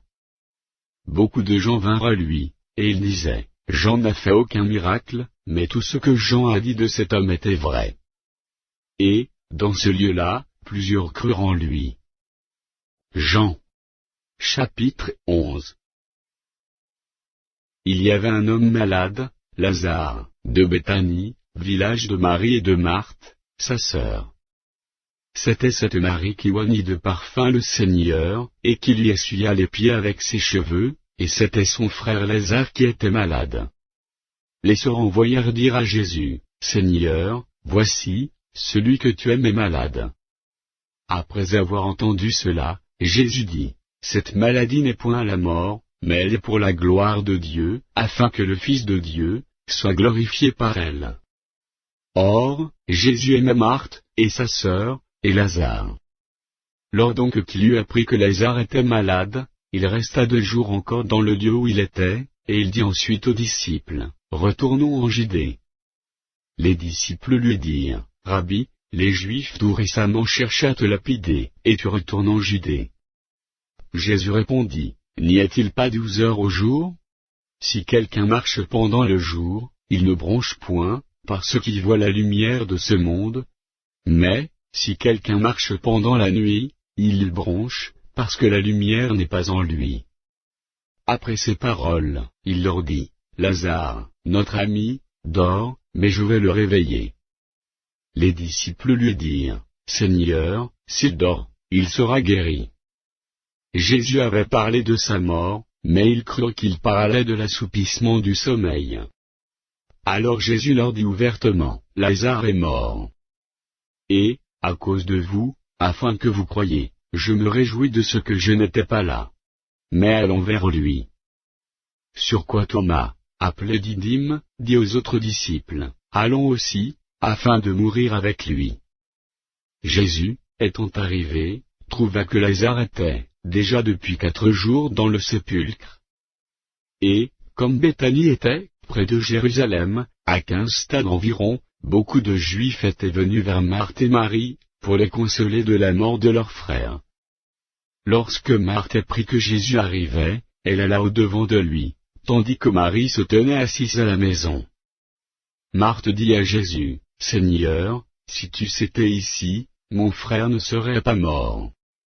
Mais, maintenant même, je sais que tout ce que tu demanderas à Dieu, Dieu te l'accordera. Jésus lui dit, ton frère ressuscitera. Je sais, lui répondit Marthe, qu'il ressuscitera à la résurrection, au dernier jour.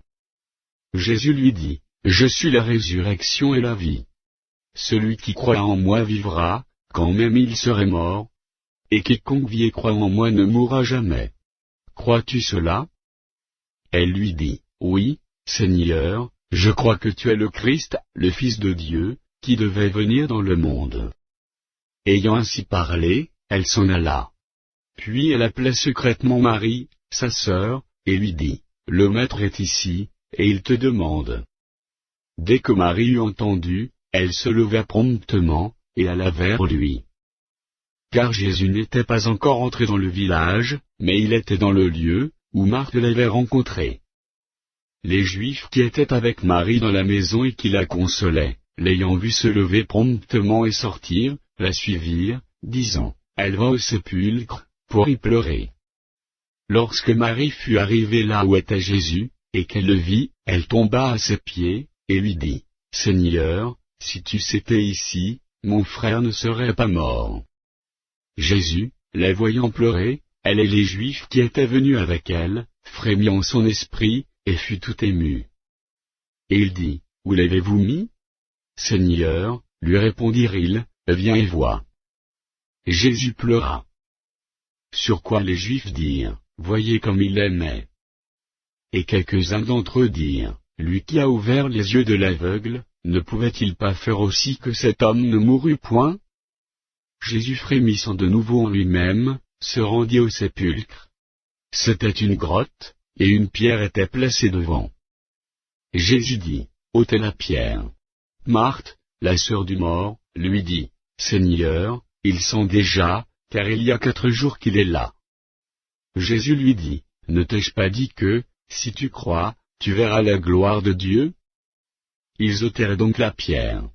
Et Jésus leva les yeux en haut, et dit, Père, je te rends grâce de ce que tu m'as exaucé. Pour moi, je savais que tu m'exauces toujours, mais j'ai parlé à cause de la foule qui m'entoure, afin qu'ils croient que c'est toi qui m'as envoyé. Ayant dit cela, il cria d'une voix forte, Lazare, sors.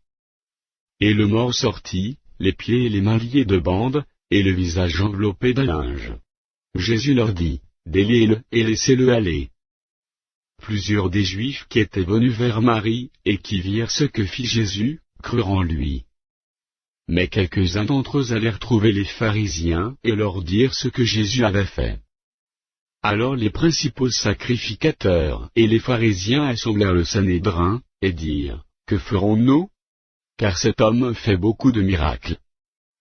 Si nous le laissons faire, tous croiront en lui, et les Romains viendront détruire notre ville et notre nation. L'un d'eux, Caïphe, qui était souverain sacrificateur cette année-là, leur dit, vous n'y entendez rien. Vous ne réfléchissez pas qu'il est, dans votre intérêt qu'un seul homme meure pour le peuple, et que la nation entière ne périsse pas. Or, il ne dit pas cela de lui-même, mais étant souverain sacrificateur cette année-là, il prophétisa que Jésus devait mourir pour la nation. Et ce n'était pas pour la nation seulement, c'était aussi afin de réunir en un seul corps les enfants de Dieu dispersés. Dès ce jour, ils résolurent de le faire mourir. C'est pourquoi Jésus ne se montra plus ouvertement parmi les Juifs, mais il se retira dans la contrée voisine du désert, dans une ville appelée Éphraïm, et là il demeurait avec ses disciples. La Pâque des Juifs était proche. Et beaucoup de gens du pays montèrent à Jérusalem avant la Pâque, pour se purifier. Ils cherchaient Jésus, et ils se disaient les uns aux autres dans le temple, que vous ensemble? Ne viendra-t-il pas à la fête? Or, les principaux sacrificateurs et les pharisiens avaient donné l'ordre que, si quelqu'un savait où il était, il le déclarât, afin qu'on se saisît de lui. Jean.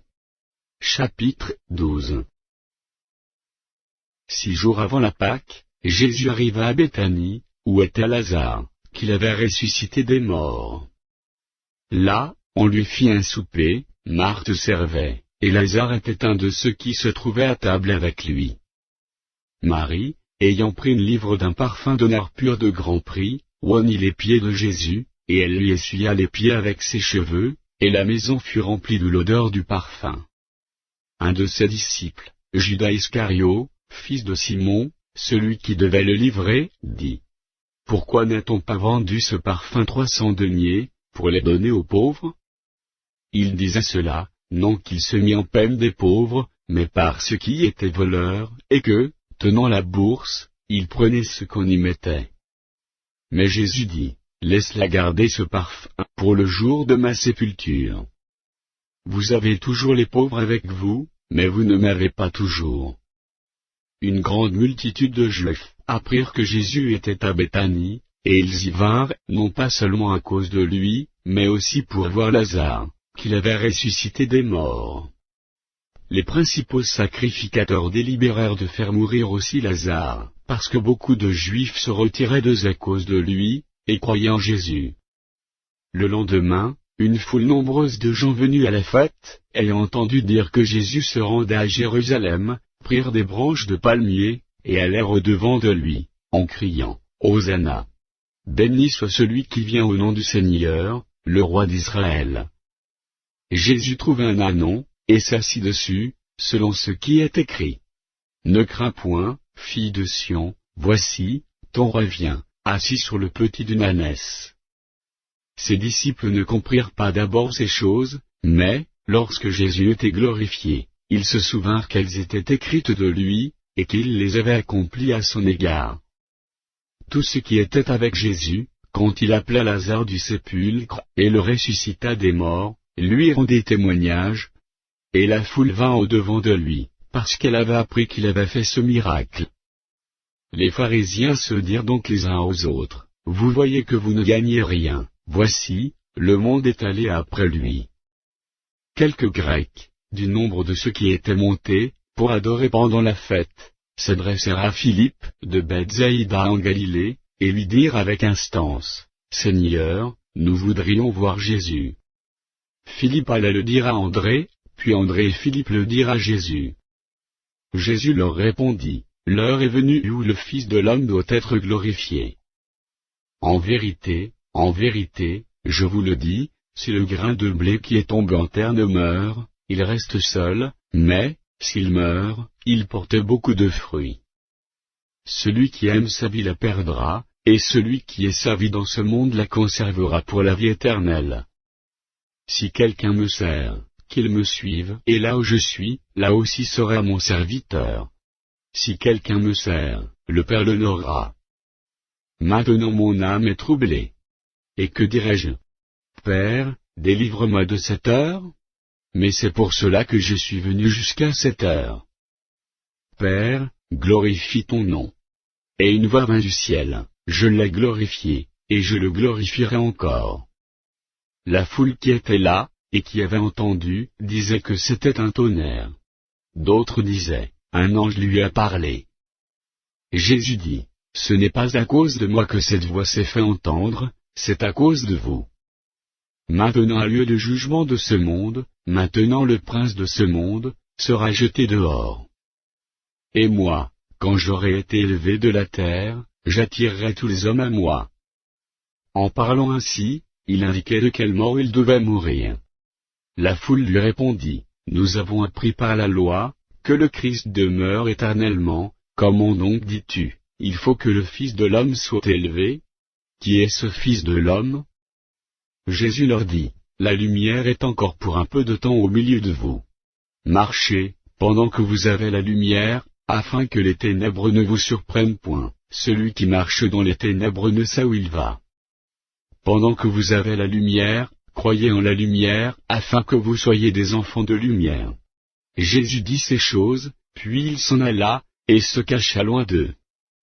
Malgré tant de miracles, qu'il avait fait en leur présence, ils ne croyaient pas en lui, afin que s'accomplît la parole qu'Ésaïe, le prophète, a prononcée, Seigneur, qui a cru à notre prédication? Et à qui le bras du Seigneur a-t-il été révélé? Aussi ne pouvaient-ils croire, parce qu'Ésaïe a dit encore. Il a aveuglé leurs yeux, et il a endurci leur cœur, de peur qu'ils ne voient des yeux, qu'ils ne comprennent du cœur, qu'ils ne se convertissent, et que je ne les guérisse. Ésaïe dit ces choses, lorsqu'il vit sa gloire, et qu'il parla de lui. Cependant, même parmi les chefs, plusieurs crurent en lui, mais, à cause des pharisiens, ils n'en faisaient pas l'aveu, dans la crainte d'être exclus de la synagogue. Car ils aimaient la gloire des hommes plus que la gloire de Dieu. Or, Jésus s'était écrié, celui qui croit en moi croit, non pas en moi, mais en celui qui m'a envoyé. Et celui qui me va voit celui qui m'a envoyé. Je suis venu comme une lumière dans le monde, afin que quiconque croit en moi ne demeure pas dans les ténèbres. Si quelqu'un entend mes paroles et ne les garde point, ce n'est pas moi qui le juge, car je suis venu non pour juger le monde, mais pour sauver le monde. Celui qui me rejette et qui ne reçoit pas mes paroles à son juge, la parole que j'ai annoncée, c'est elle qui le jugera au dernier jour. Car je n'ai point parlé de moi-même, mais le Père, qui m'a envoyé, m'a prescrit lui-même ce que je dois dire et annoncer. Et je sais que son commandement est la vie éternelle. C'est pourquoi les choses que je dis, je les dis comme le Père me les a dites.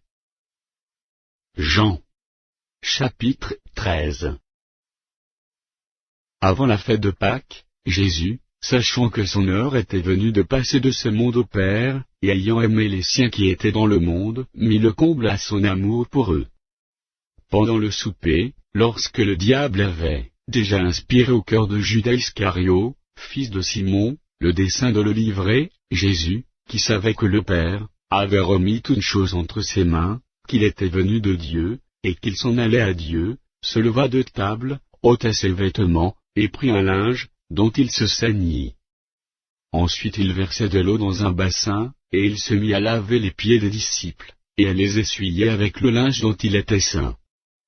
Il vint donc à Simon-Pierre, et Pierre lui dit, « Toi, Seigneur, tu me laves les pieds. » Jésus lui répondit, « Ce que je fais, tu ne le comprends pas maintenant, mais tu le comprendras bientôt. » Pierre lui dit, « Non, jamais tu ne me laveras les pieds. » Jésus lui répondit, « Si je ne te lave, tu n'auras point de part avec moi. » Simon-Pierre lui dit, « Seigneur, non seulement les pieds, mais encore les mains et la tête. » Jésus lui dit, « Celui qui est lavé n'a besoin que de se laver les pieds, pour être entièrement pur, et vous êtes purs, mais non pas tous. » Car il connaissait celui qui le livrait, c'est pourquoi il dit, « Vous n'êtes pas tous purs. » Après qu'il leur eut lavé les pieds, et qu'il eut pris ses vêtements, il se remit à table, et leur dit, « Comprenez-vous ce que je vous ai fait? Vous m'appelez Maître et Seigneur, et vous dites bien, car je le suis. Si donc je vous ai lavé les pieds, moi, le Seigneur et le Maître, vous devez aussi vous laver les pieds les uns aux autres, car je vous ai donné un exemple, afin que vous fassiez comme je vous ai fait.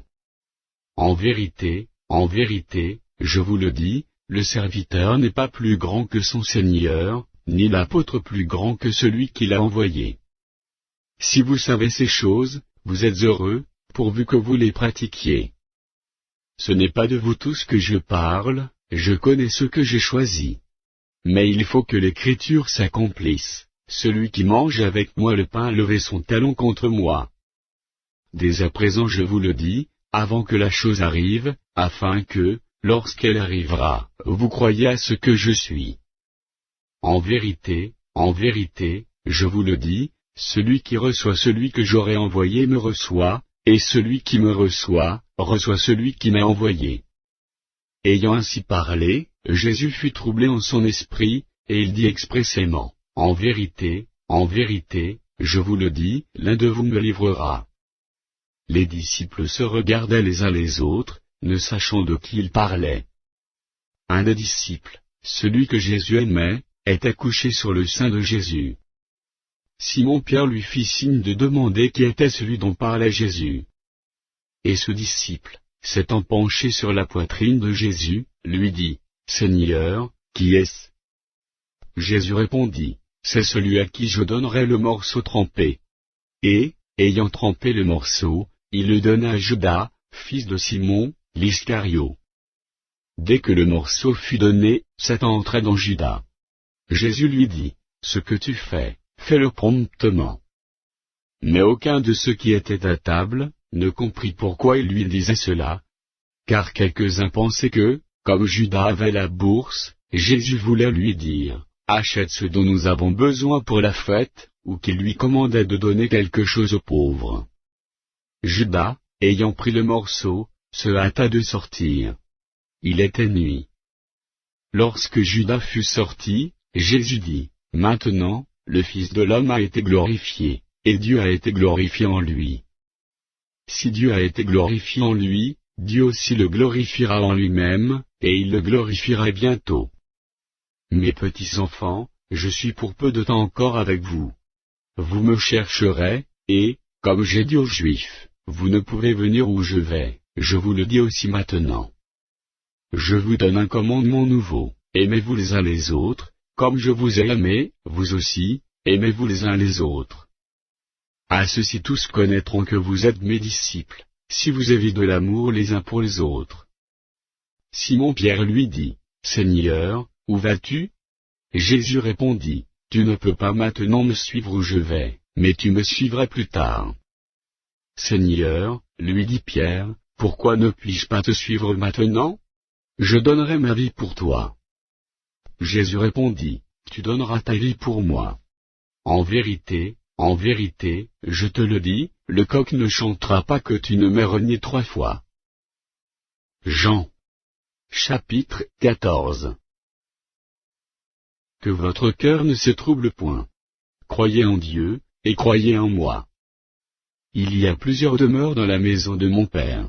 Et si cela n'était pas, je vous l'aurais dit. Je vais vous préparer une place. Et, lorsque je m'en serai allé, et que je vous aurai préparé une place, je reviendrai, et je vous prendrai avec moi, afin que là où je suis, vous y soyez aussi. Vous savez où je vais, et vous en savez le chemin. Thomas lui dit, Seigneur, nous ne savons où tu vas, comment pouvons-nous en savoir le chemin? Jésus lui dit, je suis le chemin, la vérité, et la vie. Nul ne vient au Père que par moi. Si vous me connaissiez, vous connaîtriez aussi mon Père. Et dès maintenant vous le connaissez, et vous l'avez vu. Philippe lui dit, Seigneur, montre-nous le Père, et cela nous suffit. Jésus lui dit, il y a si longtemps que je suis avec vous, et tu ne m'as pas connu, Philippe. Celui qui m'a vu a vu le Père, comment dis-tu, montre-nous le Père? Ne crois-tu pas que je suis dans le Père, et que le Père est en moi? Les paroles que je vous dis, je ne les dis pas de moi-même, et le Père qui demeure en moi, c'est lui qui fait les œuvres. Croyez-moi, je suis dans le Père, et le Père est en moi, croyez du moins à cause de ses œuvres. En vérité, je vous le dis, celui qui croit en moi fera aussi les œuvres que je fais, et il en fera de plus grandes, parce que je m'en vais au Père. Et tout ce que vous demanderez en mon nom, je le ferai, afin que le Père soit glorifié dans le Fils. Si vous demandez quelque chose en mon nom, je le ferai. Si vous m'aimez, gardez mes commandements. Et moi, je prierai le Père, et il vous donnera un autre consolateur, afin qu'il demeure éternellement avec vous, l'Esprit de vérité, que le monde ne peut recevoir, parce qu'il ne le voit point et ne le connaît point, mais vous, vous le connaissez, car il demeure avec vous, et il sera en vous. Je ne vous laisserai pas orphelin, je viendrai à vous. Encore un peu de temps, et le monde ne me verra plus, mais vous, vous me verrez, car je vis, et vous vivrez aussi. En ce jour-là, vous connaîtrez que je suis en mon Père, que vous êtes en moi, et que je suis en vous. Celui qui a mes commandements et qui les garde, c'est celui qui m'aime, et celui qui m'aime sera aimé de mon Père, je l'aimerai, et je me ferai connaître à lui. Jude, non pas l'Iscario, lui dit, Seigneur, d'où vient que tu te feras connaître à nous, et non au monde? Jésus lui répondit, si quelqu'un m'aime, il garderait ma parole, et mon Père l'aimera, nous viendrons à lui, et nous ferons notre demeure chez lui. Celui qui ne m'aime pas ne garde point mes paroles. Et la parole que vous entendez n'est pas de moi, mais du Père qui m'a envoyé. Je vous ai dit ces choses, pendant que je demeure avec vous. Mais le Consolateur, l'Esprit Saint, que le Père enverra en mon nom, vous enseignera toutes choses, et vous rappellera tout ce que je vous ai dit. Je vous laisse la paix, je vous donne ma paix. Je ne vous donne pas comme le monde donne. Que votre cœur ne se trouble point, et ne s'alarme point. Vous avez entendu que je vous ai dit, je m'en vais, et je reviens vers vous. Si vous m'aimiez, vous vous réjouiriez de ce que je vais au Père, car le Père est plus grand que moi. Et maintenant je vous ai dit ces choses avant qu'elles arrivent, afin que, lorsqu'elles arriveront, vous croyiez. Je ne parlerai plus guère avec vous, car le prince du monde vient. Il n'est rien en moi. Mais afin que le monde sache que j'aime le Père, et que j'agis selon l'ordre que le Père m'a donné, levez-vous, partons d'ici. Jean. Chapitre 15. Je suis le vrai cep, et mon Père est le vigneron. Tout sarment qui est en moi et qui ne porte pas de fruit, il le retranche, et tout sarment qui porte du fruit, il l'émonde, afin qu'il porte encore plus de fruits. Déjà vous êtes purs, à cause de la parole que je vous ai annoncée. Demeurez en moi, et je demeurerai en vous. Comme le sarment ne peut de lui-même porter du fruit, s'il ne demeure attaché au cep, ainsi vous ne le pouvez non plus, si vous ne demeurez en moi. Je suis le cep, vous êtes les sarments. Celui qui demeure en moi et en qui je demeure porte beaucoup de fruits, car sans moi vous ne pouvez rien faire. Si quelqu'un ne demeure pas en moi, il est jeté dehors, comme le sarment, et il sèche, puis on ramasse les sarments, on les jette au feu, et ils brûlent. Si vous demeurez en moi, et que mes paroles demeurent en vous, demandez ce que vous voudrez, et cela vous sera accordé. Si vous portez beaucoup de fruits, c'est ainsi que mon Père sera glorifié, et que vous serez mes disciples. Comme le Père m'a aimé, je vous ai aussi aimé. Demeurez dans mon amour. Si vous gardez mes commandements, vous demeurez dans mon amour, de même que j'ai gardé les commandements de mon Père, et que je demeure dans son amour. Je vous ai dit ces choses, afin que ma joie soit en vous, et que votre joie soit parfaite. C'est ici mon commandement, aimez-vous les uns les autres, comme je vous ai aimé. Il n'y a pas de plus grand amour, que de donner sa vie pour ses amis. Vous êtes mes amis, si vous faites ce que je vous commande. Je ne vous appelle plus serviteur, parce que le serviteur ne sait pas ce que fait son maître, mais je vous ai appelé ami, parce que je vous ai fait connaître tout ce que j'ai appris de mon Père. Ce n'est pas vous qui m'avez choisi, mais moi, je vous ai choisi, et je vous ai établi, afin que vous alliez, et que vous portiez du fruit, et que votre fruit demeure, afin que ce que vous demanderez au Père en mon nom, il vous le donne. Ce que je vous commande, c'est de vous aimer les uns les autres. Si le monde vous hait, sachez qu'il m'a haï avant vous.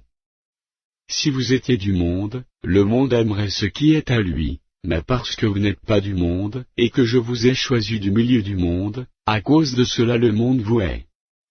Souvenez-vous de la parole que je vous ai dite, le serviteur n'est pas plus grand que son maître. S'ils m'ont persécuté, ils vous persécuteront aussi, s'ils ont gardé ma parole, ils garderont aussi la vôtre. Mais ils vous feront toutes ces choses à cause de mon nom, parce qu'ils ne connaissent pas celui qui m'a envoyé. Si je n'étais pas venu et que je ne leur eusse point parlé, ils n'auraient pas de péché, mais maintenant ils n'ont aucune excuse de leur péché. Celui qui me hait, est aussi mon Père. Si je n'avais pas fait parmi eux des œuvres que nul autre n'a faites, ils n'auraient pas de péché, mais maintenant ils les ont vues, et ils ont haï moi et mon Père. Mais cela est arrivé afin que s'accomplît la parole, qui est écrite dans leur loi, ils m'ont haï sans cause. Quand sera venu le Consolateur, que je vous enverrai de la part du Père, l'Esprit de vérité, qui vient du Père, il rendra témoignage de moi, et vous aussi, vous rendrez témoignage, parce que vous êtes avec moi dès le commencement. Jean. Chapitre 16. Je vous ai dit ces choses, afin qu'elles ne soient pas pour vous une occasion de chute. Ils vous excluront des synagogues, et même l'heure vient où quiconque vous fera mourir croira rendre un culte à Dieu. Et ils agiront ainsi, parce qu'ils n'ont connu ni le Père ni moi. Je vous ai dit ces choses, afin que, lorsque l'heure sera venue, vous vous souveniez que je vous les ai dites. Je ne vous en ai pas parlé dès le commencement, parce que j'étais avec vous. Maintenant je m'en vais vers celui qui m'a envoyé, et aucun de vous ne me demande, où vas-tu? Mais, parce que je vous ai dit ces choses, la tristesse a rempli votre cœur. Cependant je vous dis la vérité, il vous est avantageux que je m'en aille, car si je ne m'en vais pas, le Consolateur ne viendra pas vers vous, mais, si je m'en vais, je vous l'enverrai. Et quand il sera venu, il convaincra le monde, en ce qui concerne le péché, la justice, et le jugement. En ce qui concerne le péché, parce qu'il ne croit pas en moi. La justice, parce que je vais au Père, et que vous ne me verrez plus. Le jugement, parce que le prince de ce monde est jugé. J'ai encore beaucoup de choses à vous dire, mais vous ne pouvez pas les porter maintenant. Quand le Consolateur sera venu, l'Esprit de vérité, il vous conduira dans toute la vérité, car il ne parlera pas de lui-même, mais il dira tout ce qu'il aura entendu, et il vous annoncera les choses à venir. Il me glorifiera, parce qu'il prendra de ce qui est à moi, et vous l'annoncera. Tout ce que le Père est à moi, c'est pourquoi j'ai dit qu'il prend de ce qui est à moi, et qu'il vous l'annoncera. Encore un peu de temps, et vous ne me verrez plus, et puis encore un peu de temps, et vous me verrez, parce que je vais au Père. Là-dessus, quelques-uns de ses disciples dirent entre eux, que signifie ce qu'il nous dit? Encore un peu de temps, et vous ne me verrez plus, et puis encore un peu de temps, et vous me verrez? Et, parce que je vais au Père? Il disait donc, que signifie ce qu'il dit? Encore un peu de temps? Nous ne savons de quoi il parle. Jésus, connu qu'il voulait l'interroger, leur dit, vous vous questionnez les uns les autres sur ce que j'ai dit, encore un peu de temps, et vous ne me verrez plus, et puis encore un peu de temps, et vous me verrez. En vérité, je vous le dis, vous pleurerez et vous vous lamenterez, et le monde se réjouira, vous serez dans la tristesse, mais votre tristesse se changera en joie. La femme, lorsqu'elle enfante, éprouve de la tristesse, parce que son heure est venue, mais, lorsqu'elle a donné le jour à l'enfant, elle ne se souvient plus de la souffrance, à cause de la joie qu'elle a, de ce qu'un homme est né dans le monde.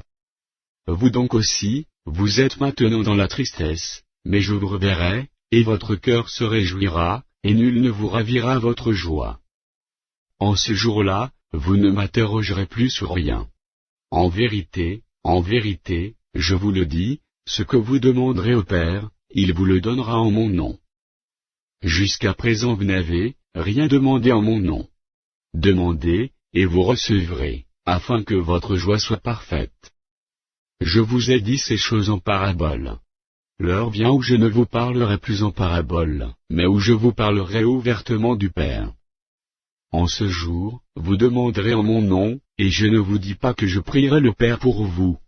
Car le Père lui-même vous aime, parce que vous m'avez aimé, et que vous avez cru que je suis sorti de Dieu. Je suis sorti du Père, et je suis venu dans le monde, maintenant je quitte le monde, et je vais au Père.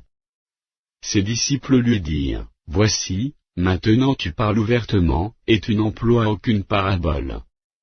Maintenant nous savons que tu sais toutes choses, et que tu n'as pas besoin, que personne t'interroge. C'est pourquoi nous croyons que tu es sorti de Dieu. Jésus leur répondit, vous croyez maintenant. Voici, l'heure vient, et elle est déjà venue, où vous serez dispersés chacun de son côté, et où vous me laisserez seul, mais je ne suis pas seul, car le Père est avec moi. Je vous ai dit ces choses, afin que vous ayez la paix en moi. Vous aurez des tribulations dans le monde, mais prenez courage, j'ai vaincu le monde. Jean. Chapitre 17. Après avoir ainsi parlé, Jésus leva les yeux au ciel, et dit, Père, l'heure est venue. Glorifie ton Fils, afin que ton Fils te glorifie, selon que tu lui as donné pouvoir sur toute chair, afin qu'il accorde la vie éternelle à tous ceux que tu lui as donnés. Or, la vie éternelle, c'est qu'ils te connaissent, toi, le seul vrai Dieu, et celui que tu as envoyé, Jésus-Christ. Je t'ai glorifié sur la terre, j'ai achevé l'œuvre que tu m'as donnée à faire.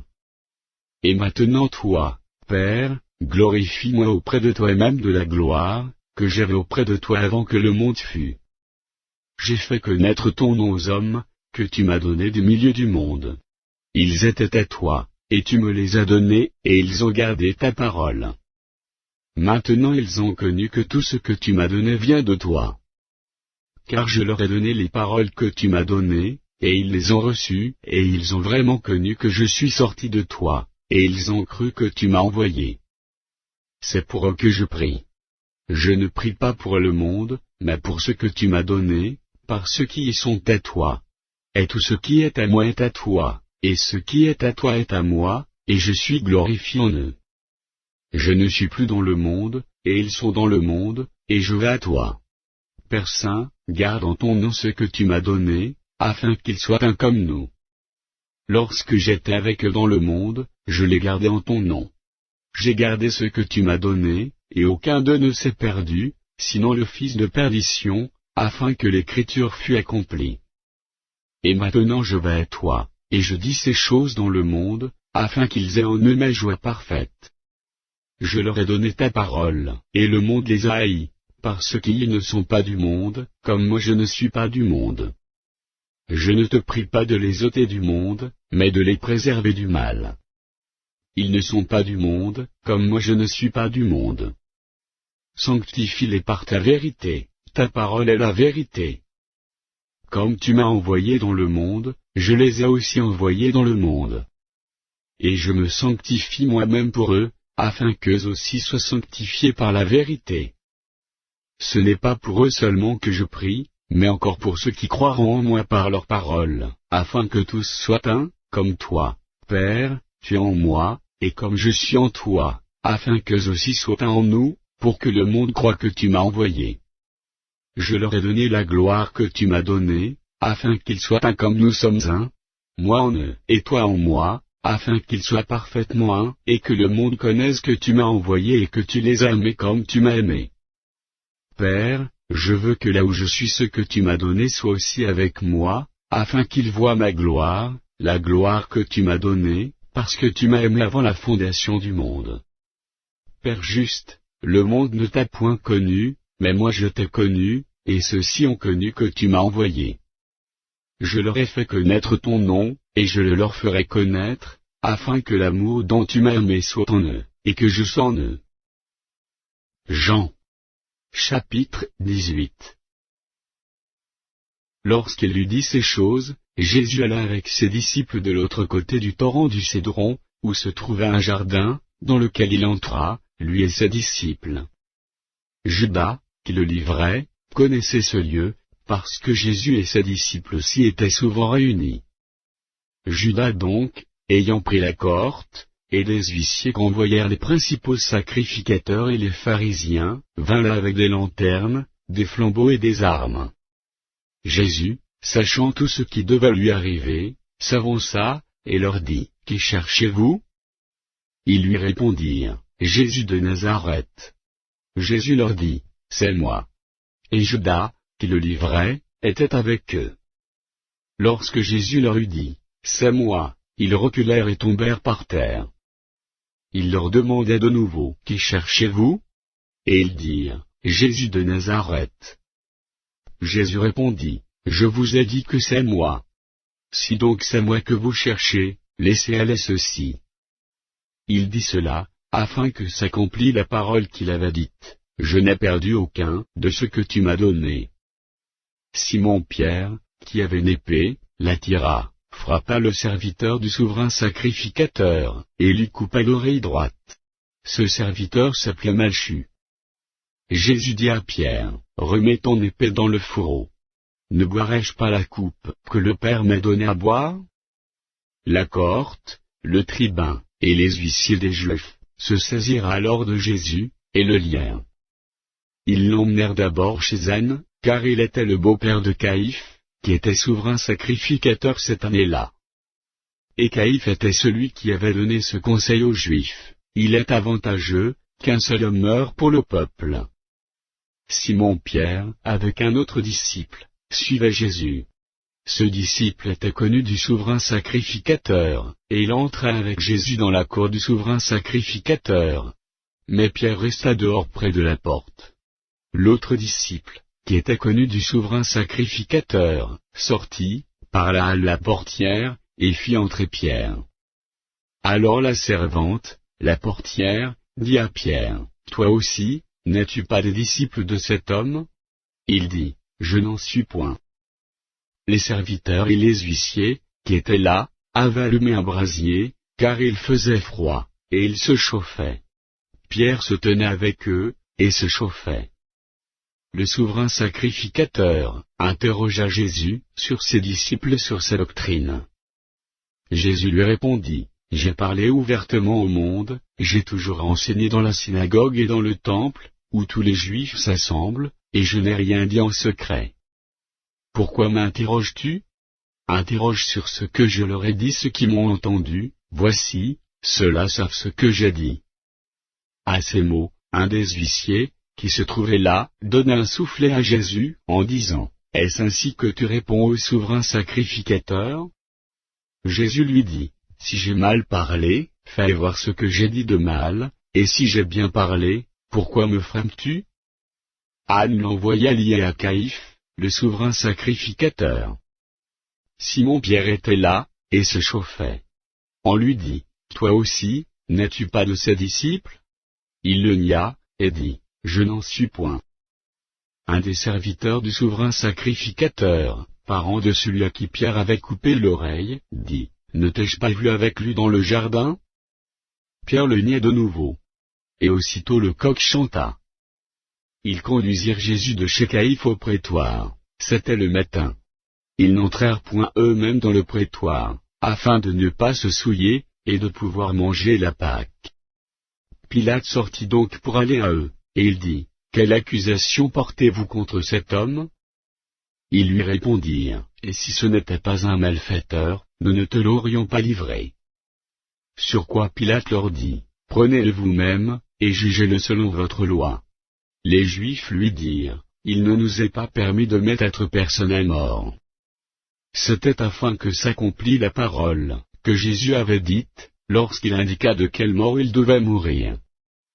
Pilate rentra dans le prétoire, appela Jésus, et lui dit, « Es-tu le roi des Juifs » Jésus répondit, « Est-ce de toi-même que tu dis cela, ou d'autres te l'ont-ils dit de moi » Pilate répondit, « Moi, suis-je juif ? Ta nation et les principaux sacrificateurs t'ont livré à moi. Qu'as-tu fait » Mon royaume n'est pas de ce monde, répondit Jésus. Si mon royaume était de ce monde, mes serviteurs auraient combattu pour moi afin que je ne fusse pas livré aux Juifs, mais maintenant mon royaume n'est point d'ici-bas. Pilate lui dit, Tu es donc roi ? Jésus répondit, Tu le dis, je suis roi. Je suis né et je suis venu dans le monde, pour rendre témoignage à la vérité. Quiconque est de la vérité écoute ma voix. Pilate lui dit, Qu'est-ce que la vérité ? Après avoir dit cela, il sortit de nouveau, pour aller vers les Juifs, et il leur dit, Je ne trouve aucun crime en lui. Mais, comme c'est parmi vous une coutume, que je vous relâche quelqu'un à la fête de Pâques, voulez-vous que je vous relâche le roi des Juifs ? Alors de nouveau tous s'écrièrent, non pas lui, mais Barabbas. Or, Barabbas était un brigand. Jean. Chapitre 19. Alors Pilate prit Jésus, et le fit battre de verges. Les soldats tressèrent une couronne d'épines, qu'ils posèrent sur sa tête, et ils le revêtirent d'un manteau de pourpre, puis, s'approchant de lui, ils disaient, Salut, roi des Juifs. Et ils lui donnaient des soufflets. Pilate sortit de nouveau, et dit aux Juifs, Voici, je vous les mène dehors, afin que vous sachiez que je ne trouve en lui aucun crime. Jésus sortit donc, portant la couronne d'épines et le manteau de pourpre. Et Pilate leur dit, Voici l'homme. Lorsque les principaux sacrificateurs et les huissiers le virent, ils s'écrièrent, Crucifie. Crucifie. Pilate leur dit, Prenez-le vous-même, et crucifiez-le, car moi, je ne trouve point de crime en lui.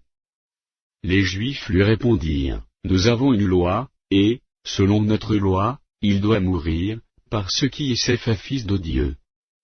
Quand Pilate entendit cette parole, sa frayeur augmenta. Il rentra dans le prétoire, et il dit à Jésus, D'où es-tu ? Mais Jésus ne lui donna point de réponse. Pilate lui dit, Est-ce à moi que tu ne parles pas ? Ne sais-tu pas que j'ai le pouvoir de te crucifier, et que j'ai le pouvoir de te relâcher ? Jésus répondit, Tu n'aurais sur moi aucun pouvoir, s'il ne t'avait été donné d'en haut. C'est pourquoi celui qui me livre à toi commet un plus grand péché.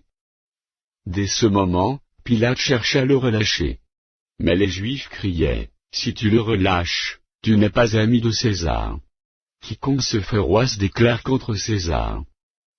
Pilate, ayant entendu ces paroles, amena Jésus dehors, et il s'assit sur le tribunal, au lieu appelé le pavé, et en hébreu Gabata. C'était la préparation de la Pâque, et environ la 6e heure. Pilate dit aux Juifs, Voici votre roi. Mais ils s'écrièrent, Ôte, ôte, crucifie-le. Pilate leur dit, « Crucifierai-je votre roi ?» Les principaux sacrificateurs répondirent, « Nous n'avons de roi que César. » Alors il le leur livra pour être crucifié. Ils prirent donc Jésus, et l'émenèrent. Jésus, portant sa croix, arriva au lieu du crâne, qui se nomme en hébreu Golgotha. C'est là qu'il fut crucifié, et deux autres avec lui, un de chaque côté, et Jésus au milieu. Pilate fit une inscription, qu'il plaça sur la croix, et qui était ainsi conçue, Jésus de Nazareth, roi des Juifs. Beaucoup de Juifs lurent cette inscription, parce que le lieu où Jésus fut crucifié était près de la ville, elle était en hébreu, en grec et en latin. Les principaux sacrificateurs des Juifs dirent à Pilate, « N'écris pas, roi des Juifs. Mais écris qu'il a dit, je suis roi des Juifs. » Pilate répondit, « Ce que j'ai écrit, je l'ai écrit. » Les soldats, après avoir crucifié Jésus, prirent ses vêtements, et ils en firent 4 parts, une part pour chaque soldat. Ils prirent aussi sa tunique, qui était sans couture, d'un seul tissu depuis le haut jusqu'en bas. Et ils dirent entre eux, « Ne la déchirons pas, mais tirons au sort à qui elle sera. » Cela arriva afin que s'accomplisse cette parole de l'Écriture. Ils se sont partagés mes vêtements, et ils ont tiré au sort ma tunique. Voilà ce que firent les soldats. Près de la croix de Jésus se tenaient sa mère et la sœur de sa mère, Marie, femme de Clopas, et Marie de Magdala. Jésus, voyant sa mère, et auprès d'elle le disciple qu'il aimait, dit à sa mère, « Femme, voilà ton fils. » Puis il dit au disciple, « Voilà ta mère. » Et, dès ce moment, le disciple la prit chez lui. Après cela, Jésus, qui savait que tout était déjà consommé, dit, afin que l'écriture fût accomplie, « J'ai soif. » Il y avait là un vase plein de vinaigre. Les soldats en remplirent une éponge, et, l'ayant fixé à une branche d'hysope, ils l'approchèrent de sa bouche. Quand Jésus prit le vinaigre, il dit, « Tout est accompli. » Et, baissant la tête, il rendit l'esprit. Dans la crainte que les corps ne restassent sur la croix pendant le sabbat, car c'était la préparation, et ce jour de sabbat était un grand jour, les Juifs demandèrent à Pilate qu'on rompît les jambes aux crucifiés, et qu'on les enlevât. Les soldats vinrent donc, et ils rompirent les jambes au premier, puis à l'autre qui avait été crucifié avec lui. S'étant approchés de Jésus, et le voyant déjà mort, ils ne lui rompirent pas les jambes, mais un des soldats lui perçait le côté avec une lance, et aussitôt il sortit du sang et de l'eau. Celui qui l'a vu en a rendu témoignage, et son témoignage est vrai, et il sait qu'il dit vrai, afin que vous croyiez aussi. Ces choses sont arrivées, afin que l'écriture fût accomplie, aucun de ces os ne sera brisé. Et ailleurs l'écriture dit encore, ils verront celui qu'ils ont percé.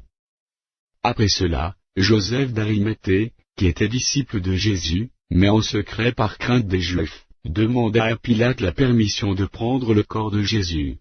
Et Pilate le permit. Il vint donc, et prit le corps de Jésus.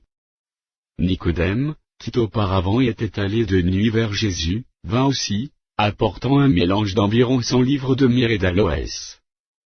Ils prirent donc le corps de Jésus, et l'enveloppèrent de bandes, avec les aromates, comme c'est la coutume d'ensevelir chez les Juifs. Or, il y avait un jardin dans le lieu, où Jésus avait été crucifié, et dans le jardin un sépulcre neuf, où personne encore n'avait été mis. Ce fut là qu'ils déposèrent Jésus, à cause de la préparation des Juifs, parce que le sépulcre était proche. Jean. Chapitre 20. Le premier jour de la semaine, Marie de Magdala se rendit au sépulcre de le matin, comme il faisait encore obscur, et elle vit que la pierre était ôtée du sépulcre. Elle courut vers Simon-Pierre, et vers l'autre disciple que Jésus aimait, et leur dit, « Ils ont enlevé du sépulcre le Seigneur, et nous savons où ils l'ont mis. » Pierre et l'autre disciple sortirent, et allèrent au sépulcre. Ils couraient tous deux ensemble. Mais l'autre disciple courut plus vite que Pierre, et arriva le premier au sépulcre. S'étant baissé, il vit les bandes qui étaient à terre, cependant il n'entra pas. Simon-Pierre, qui le suivait, arriva et entra dans le sépulcre, il vit les bandes qui étaient à terre, et le linge qu'on avait mis sur la tête de Jésus, non pas avec les bandes, mais plié dans un lieu à part. Alors l'autre disciple, qui était arrivé le premier au sépulcre, entra aussi, et il vit, et il crut. Car il ne comprenait pas encore que, selon l'Écriture, Jésus devait ressusciter des morts. Et les disciples s'en retournèrent chez eux. Cependant Marie se tenait dehors près du sépulcre, et pleurait. Comme elle pleurait, elle se baissa pour regarder dans le sépulcre, et elle vit 2 anges vêtus de blanc, assis à la place où avait été couché le corps de Jésus, l'un à la tête, l'autre aux pieds. Ils lui dirent, « Femme, pourquoi pleures-tu » Elle leur répondit, « Parce qu'ils ont enlevé mon Seigneur, et je ne sais où ils l'ont mis. » En disant cela, elle se retourna, et elle vit Jésus debout, mais elle ne savait pas que c'était Jésus. Jésus lui dit, « Femme, pourquoi pleures-tu ? Qui cherches-tu » Elle, pensant que c'était le jardinier, lui dit, « Seigneur, et si c'est toi qui l'as emporté, dis-moi où tu l'as mis, et je le prendrai. » Jésus lui dit, « Marie. » Elle se retourna, et lui dit en hébreu, « Rabouni. » C'est-à-dire, « Maître. » Jésus lui dit, « Ne me touche pas, car je ne suis pas encore monté vers mon Père. Mais va trouver mes frères, et dis-leur que je monte vers mon Père et votre Père, vers mon Dieu et votre Dieu. » Marie de Magdala alla annoncer aux disciples qu'elle avait vu le Seigneur, et qu'il lui avait dit ces choses. Le soir de ce jour, qui était le premier de la semaine, les portes du lieu où se trouvaient les disciples étant fermées, à cause de la crainte qu'ils avaient des Juifs, Jésus vint, se présenta au milieu d'eux, et leur dit, « La paix soit avec vous. » Et quand il eut dit cela, il leur montra ses mains et son côté. Les disciples furent dans la joie en voyant le Seigneur. Jésus leur dit de nouveau, « La paix soit avec vous. Comme le Père m'a envoyé, moi aussi je vous envoie. » Après ces paroles, il souffla sur eux, et leur dit, « Recevez le Saint-Esprit. Ceux à qui vous pardonnerez les péchés, ils leur seront pardonnés, et ceux à qui vous les retiendrez, ils leur seront retenus. » Thomas, appelé Didyme, l'un des 12, n'était pas avec eux lorsque Jésus vint. Les autres disciples lui dirent donc, « Nous avons vu le Seigneur. » Mais il leur dit, « Si je ne vois dans ses mains la marque des clous, et si je ne mets mon doigt dans la marque des clous, et si je ne mets mes mains dans son côté, je ne croirai point. » 8 jours après, les disciples de Jésus étaient de nouveau dans la maison, et Thomas se trouvait avec eux. Jésus vint, les portes étant fermées, se présenta au milieu d'eux, et dit, « La paix soit avec vous. » Puis il dit à Thomas, « Avance ici ton doigt, et regarde mes mains, avance aussi ta main, et mets-les dans mon côté, et ne sois pas incrédule, mais crois. » Thomas lui répondit, « Mon Seigneur et mon Dieu. » Jésus lui dit, « Parce que tu m'as vu, tu as cru. Heureux ceux qui n'ont pas vu, et qui ont cru. » Jésus a fait encore, en présence de ses disciples, beaucoup d'autres miracles, qui ne sont pas écrits dans ce livre. Mais ces choses ont été écrites, afin que vous croyiez que Jésus est le Christ, le Fils de Dieu, et qu'en croyant vous ayez la vie en son nom. Jean. Chapitre 21. Après cela, Jésus se montrait encore aux disciples, sur les bords de la mer de Tibériade. Et voici de quelle manière il se montra. Simon-Pierre, Thomas, appelé Didyme, Nathanaël, de Cana en Galilée, les fils de Zébédée, et 2 autres disciples de Jésus, étaient ensemble. Simon-Pierre leur dit, « Je vais pêcher. » Ils lui dirent, « Nous allons aussi avec toi. » Ils sortirent et montèrent dans une barque, et cette nuit-là ils ne prirent rien. Le matin étant venu, Jésus se trouva sur le rivage, mais les disciples ne savaient pas que c'était Jésus. Jésus leur dit, « Enfants, n'avez-vous rien mangé ?» Ils lui répondirent, « Non. » Il leur dit, « Jetez le filet du côté droit de la barque, et vous trouverez. » Ils le jetèrent donc, et ils ne pouvaient plus le retirer, à cause de la grande quantité de poissons. Alors le disciple que Jésus aimait dit à Pierre, « C'est le Seigneur. » Et Simon-Pierre, dès qu'il eut entendu que c'était le Seigneur, mit son vêtement et sa ceinture, car il était nu, et se jeta dans la mer. Les autres disciples vinrent avec la barque, tirant le filet plein de poissons, car ils n'étaient éloignés de terre, que d'environ 200 coudées. Lorsqu'ils furent descendus à terre, ils virent là des charbons allumés, du poisson dessus, et du pain. Jésus leur dit, apportez des poissons, que vous venez de prendre. Simon-Pierre monta dans la barque, et tira à terre le filet plein de 153 grands poissons, et quoiqu'il y en eût tant, le filet ne se rompit point.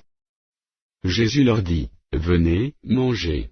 Et aucun des disciples n'osa lui demander, qui es-tu? Sachant que c'était le Seigneur. Jésus s'approcha, prit le pain, et leur en donna, il fit de même du poisson. C'était déjà la 3e fois que Jésus se montrait à ses disciples depuis qu'il était ressuscité des morts. Après qu'ils eurent mangé, Jésus dit à Simon-Pierre, Simon, fils de Jonas, m'aimes-tu plus que ne m'aiment ceux-ci? Il lui répondit, oui, Seigneur, tu sais que je t'aime. Jésus lui dit, paie mes agneaux. Il lui dit une seconde fois, Simon, fils de Jonas, m'aimes-tu? Pierre lui répondit, oui, Seigneur, tu sais que je t'aime. Jésus lui dit, paie mes brebis. Il lui dit pour la 3e fois, Simon, fils de Jonas, m'aimes-tu? Pierre fut attristé de ce qu'il lui avait dit pour la 3e fois, m'aimes-tu? Et il lui répondit, Seigneur, tu sais toutes choses, tu sais que je t'aime. Jésus lui dit, paie mes brebis. En vérité, je te le dis, quand tu étais plus jeune, tu te saignais toi-même, et tu es là où tu voulais, mais quand tu seras vieux, tu étendras tes mains, et un autre te ceindra, et te mènera où tu ne voudras pas. Il dit cela pour indiquer par quelle mort Pierre glorifierait Dieu. Et ayant ainsi parlé, il lui dit, suis-moi.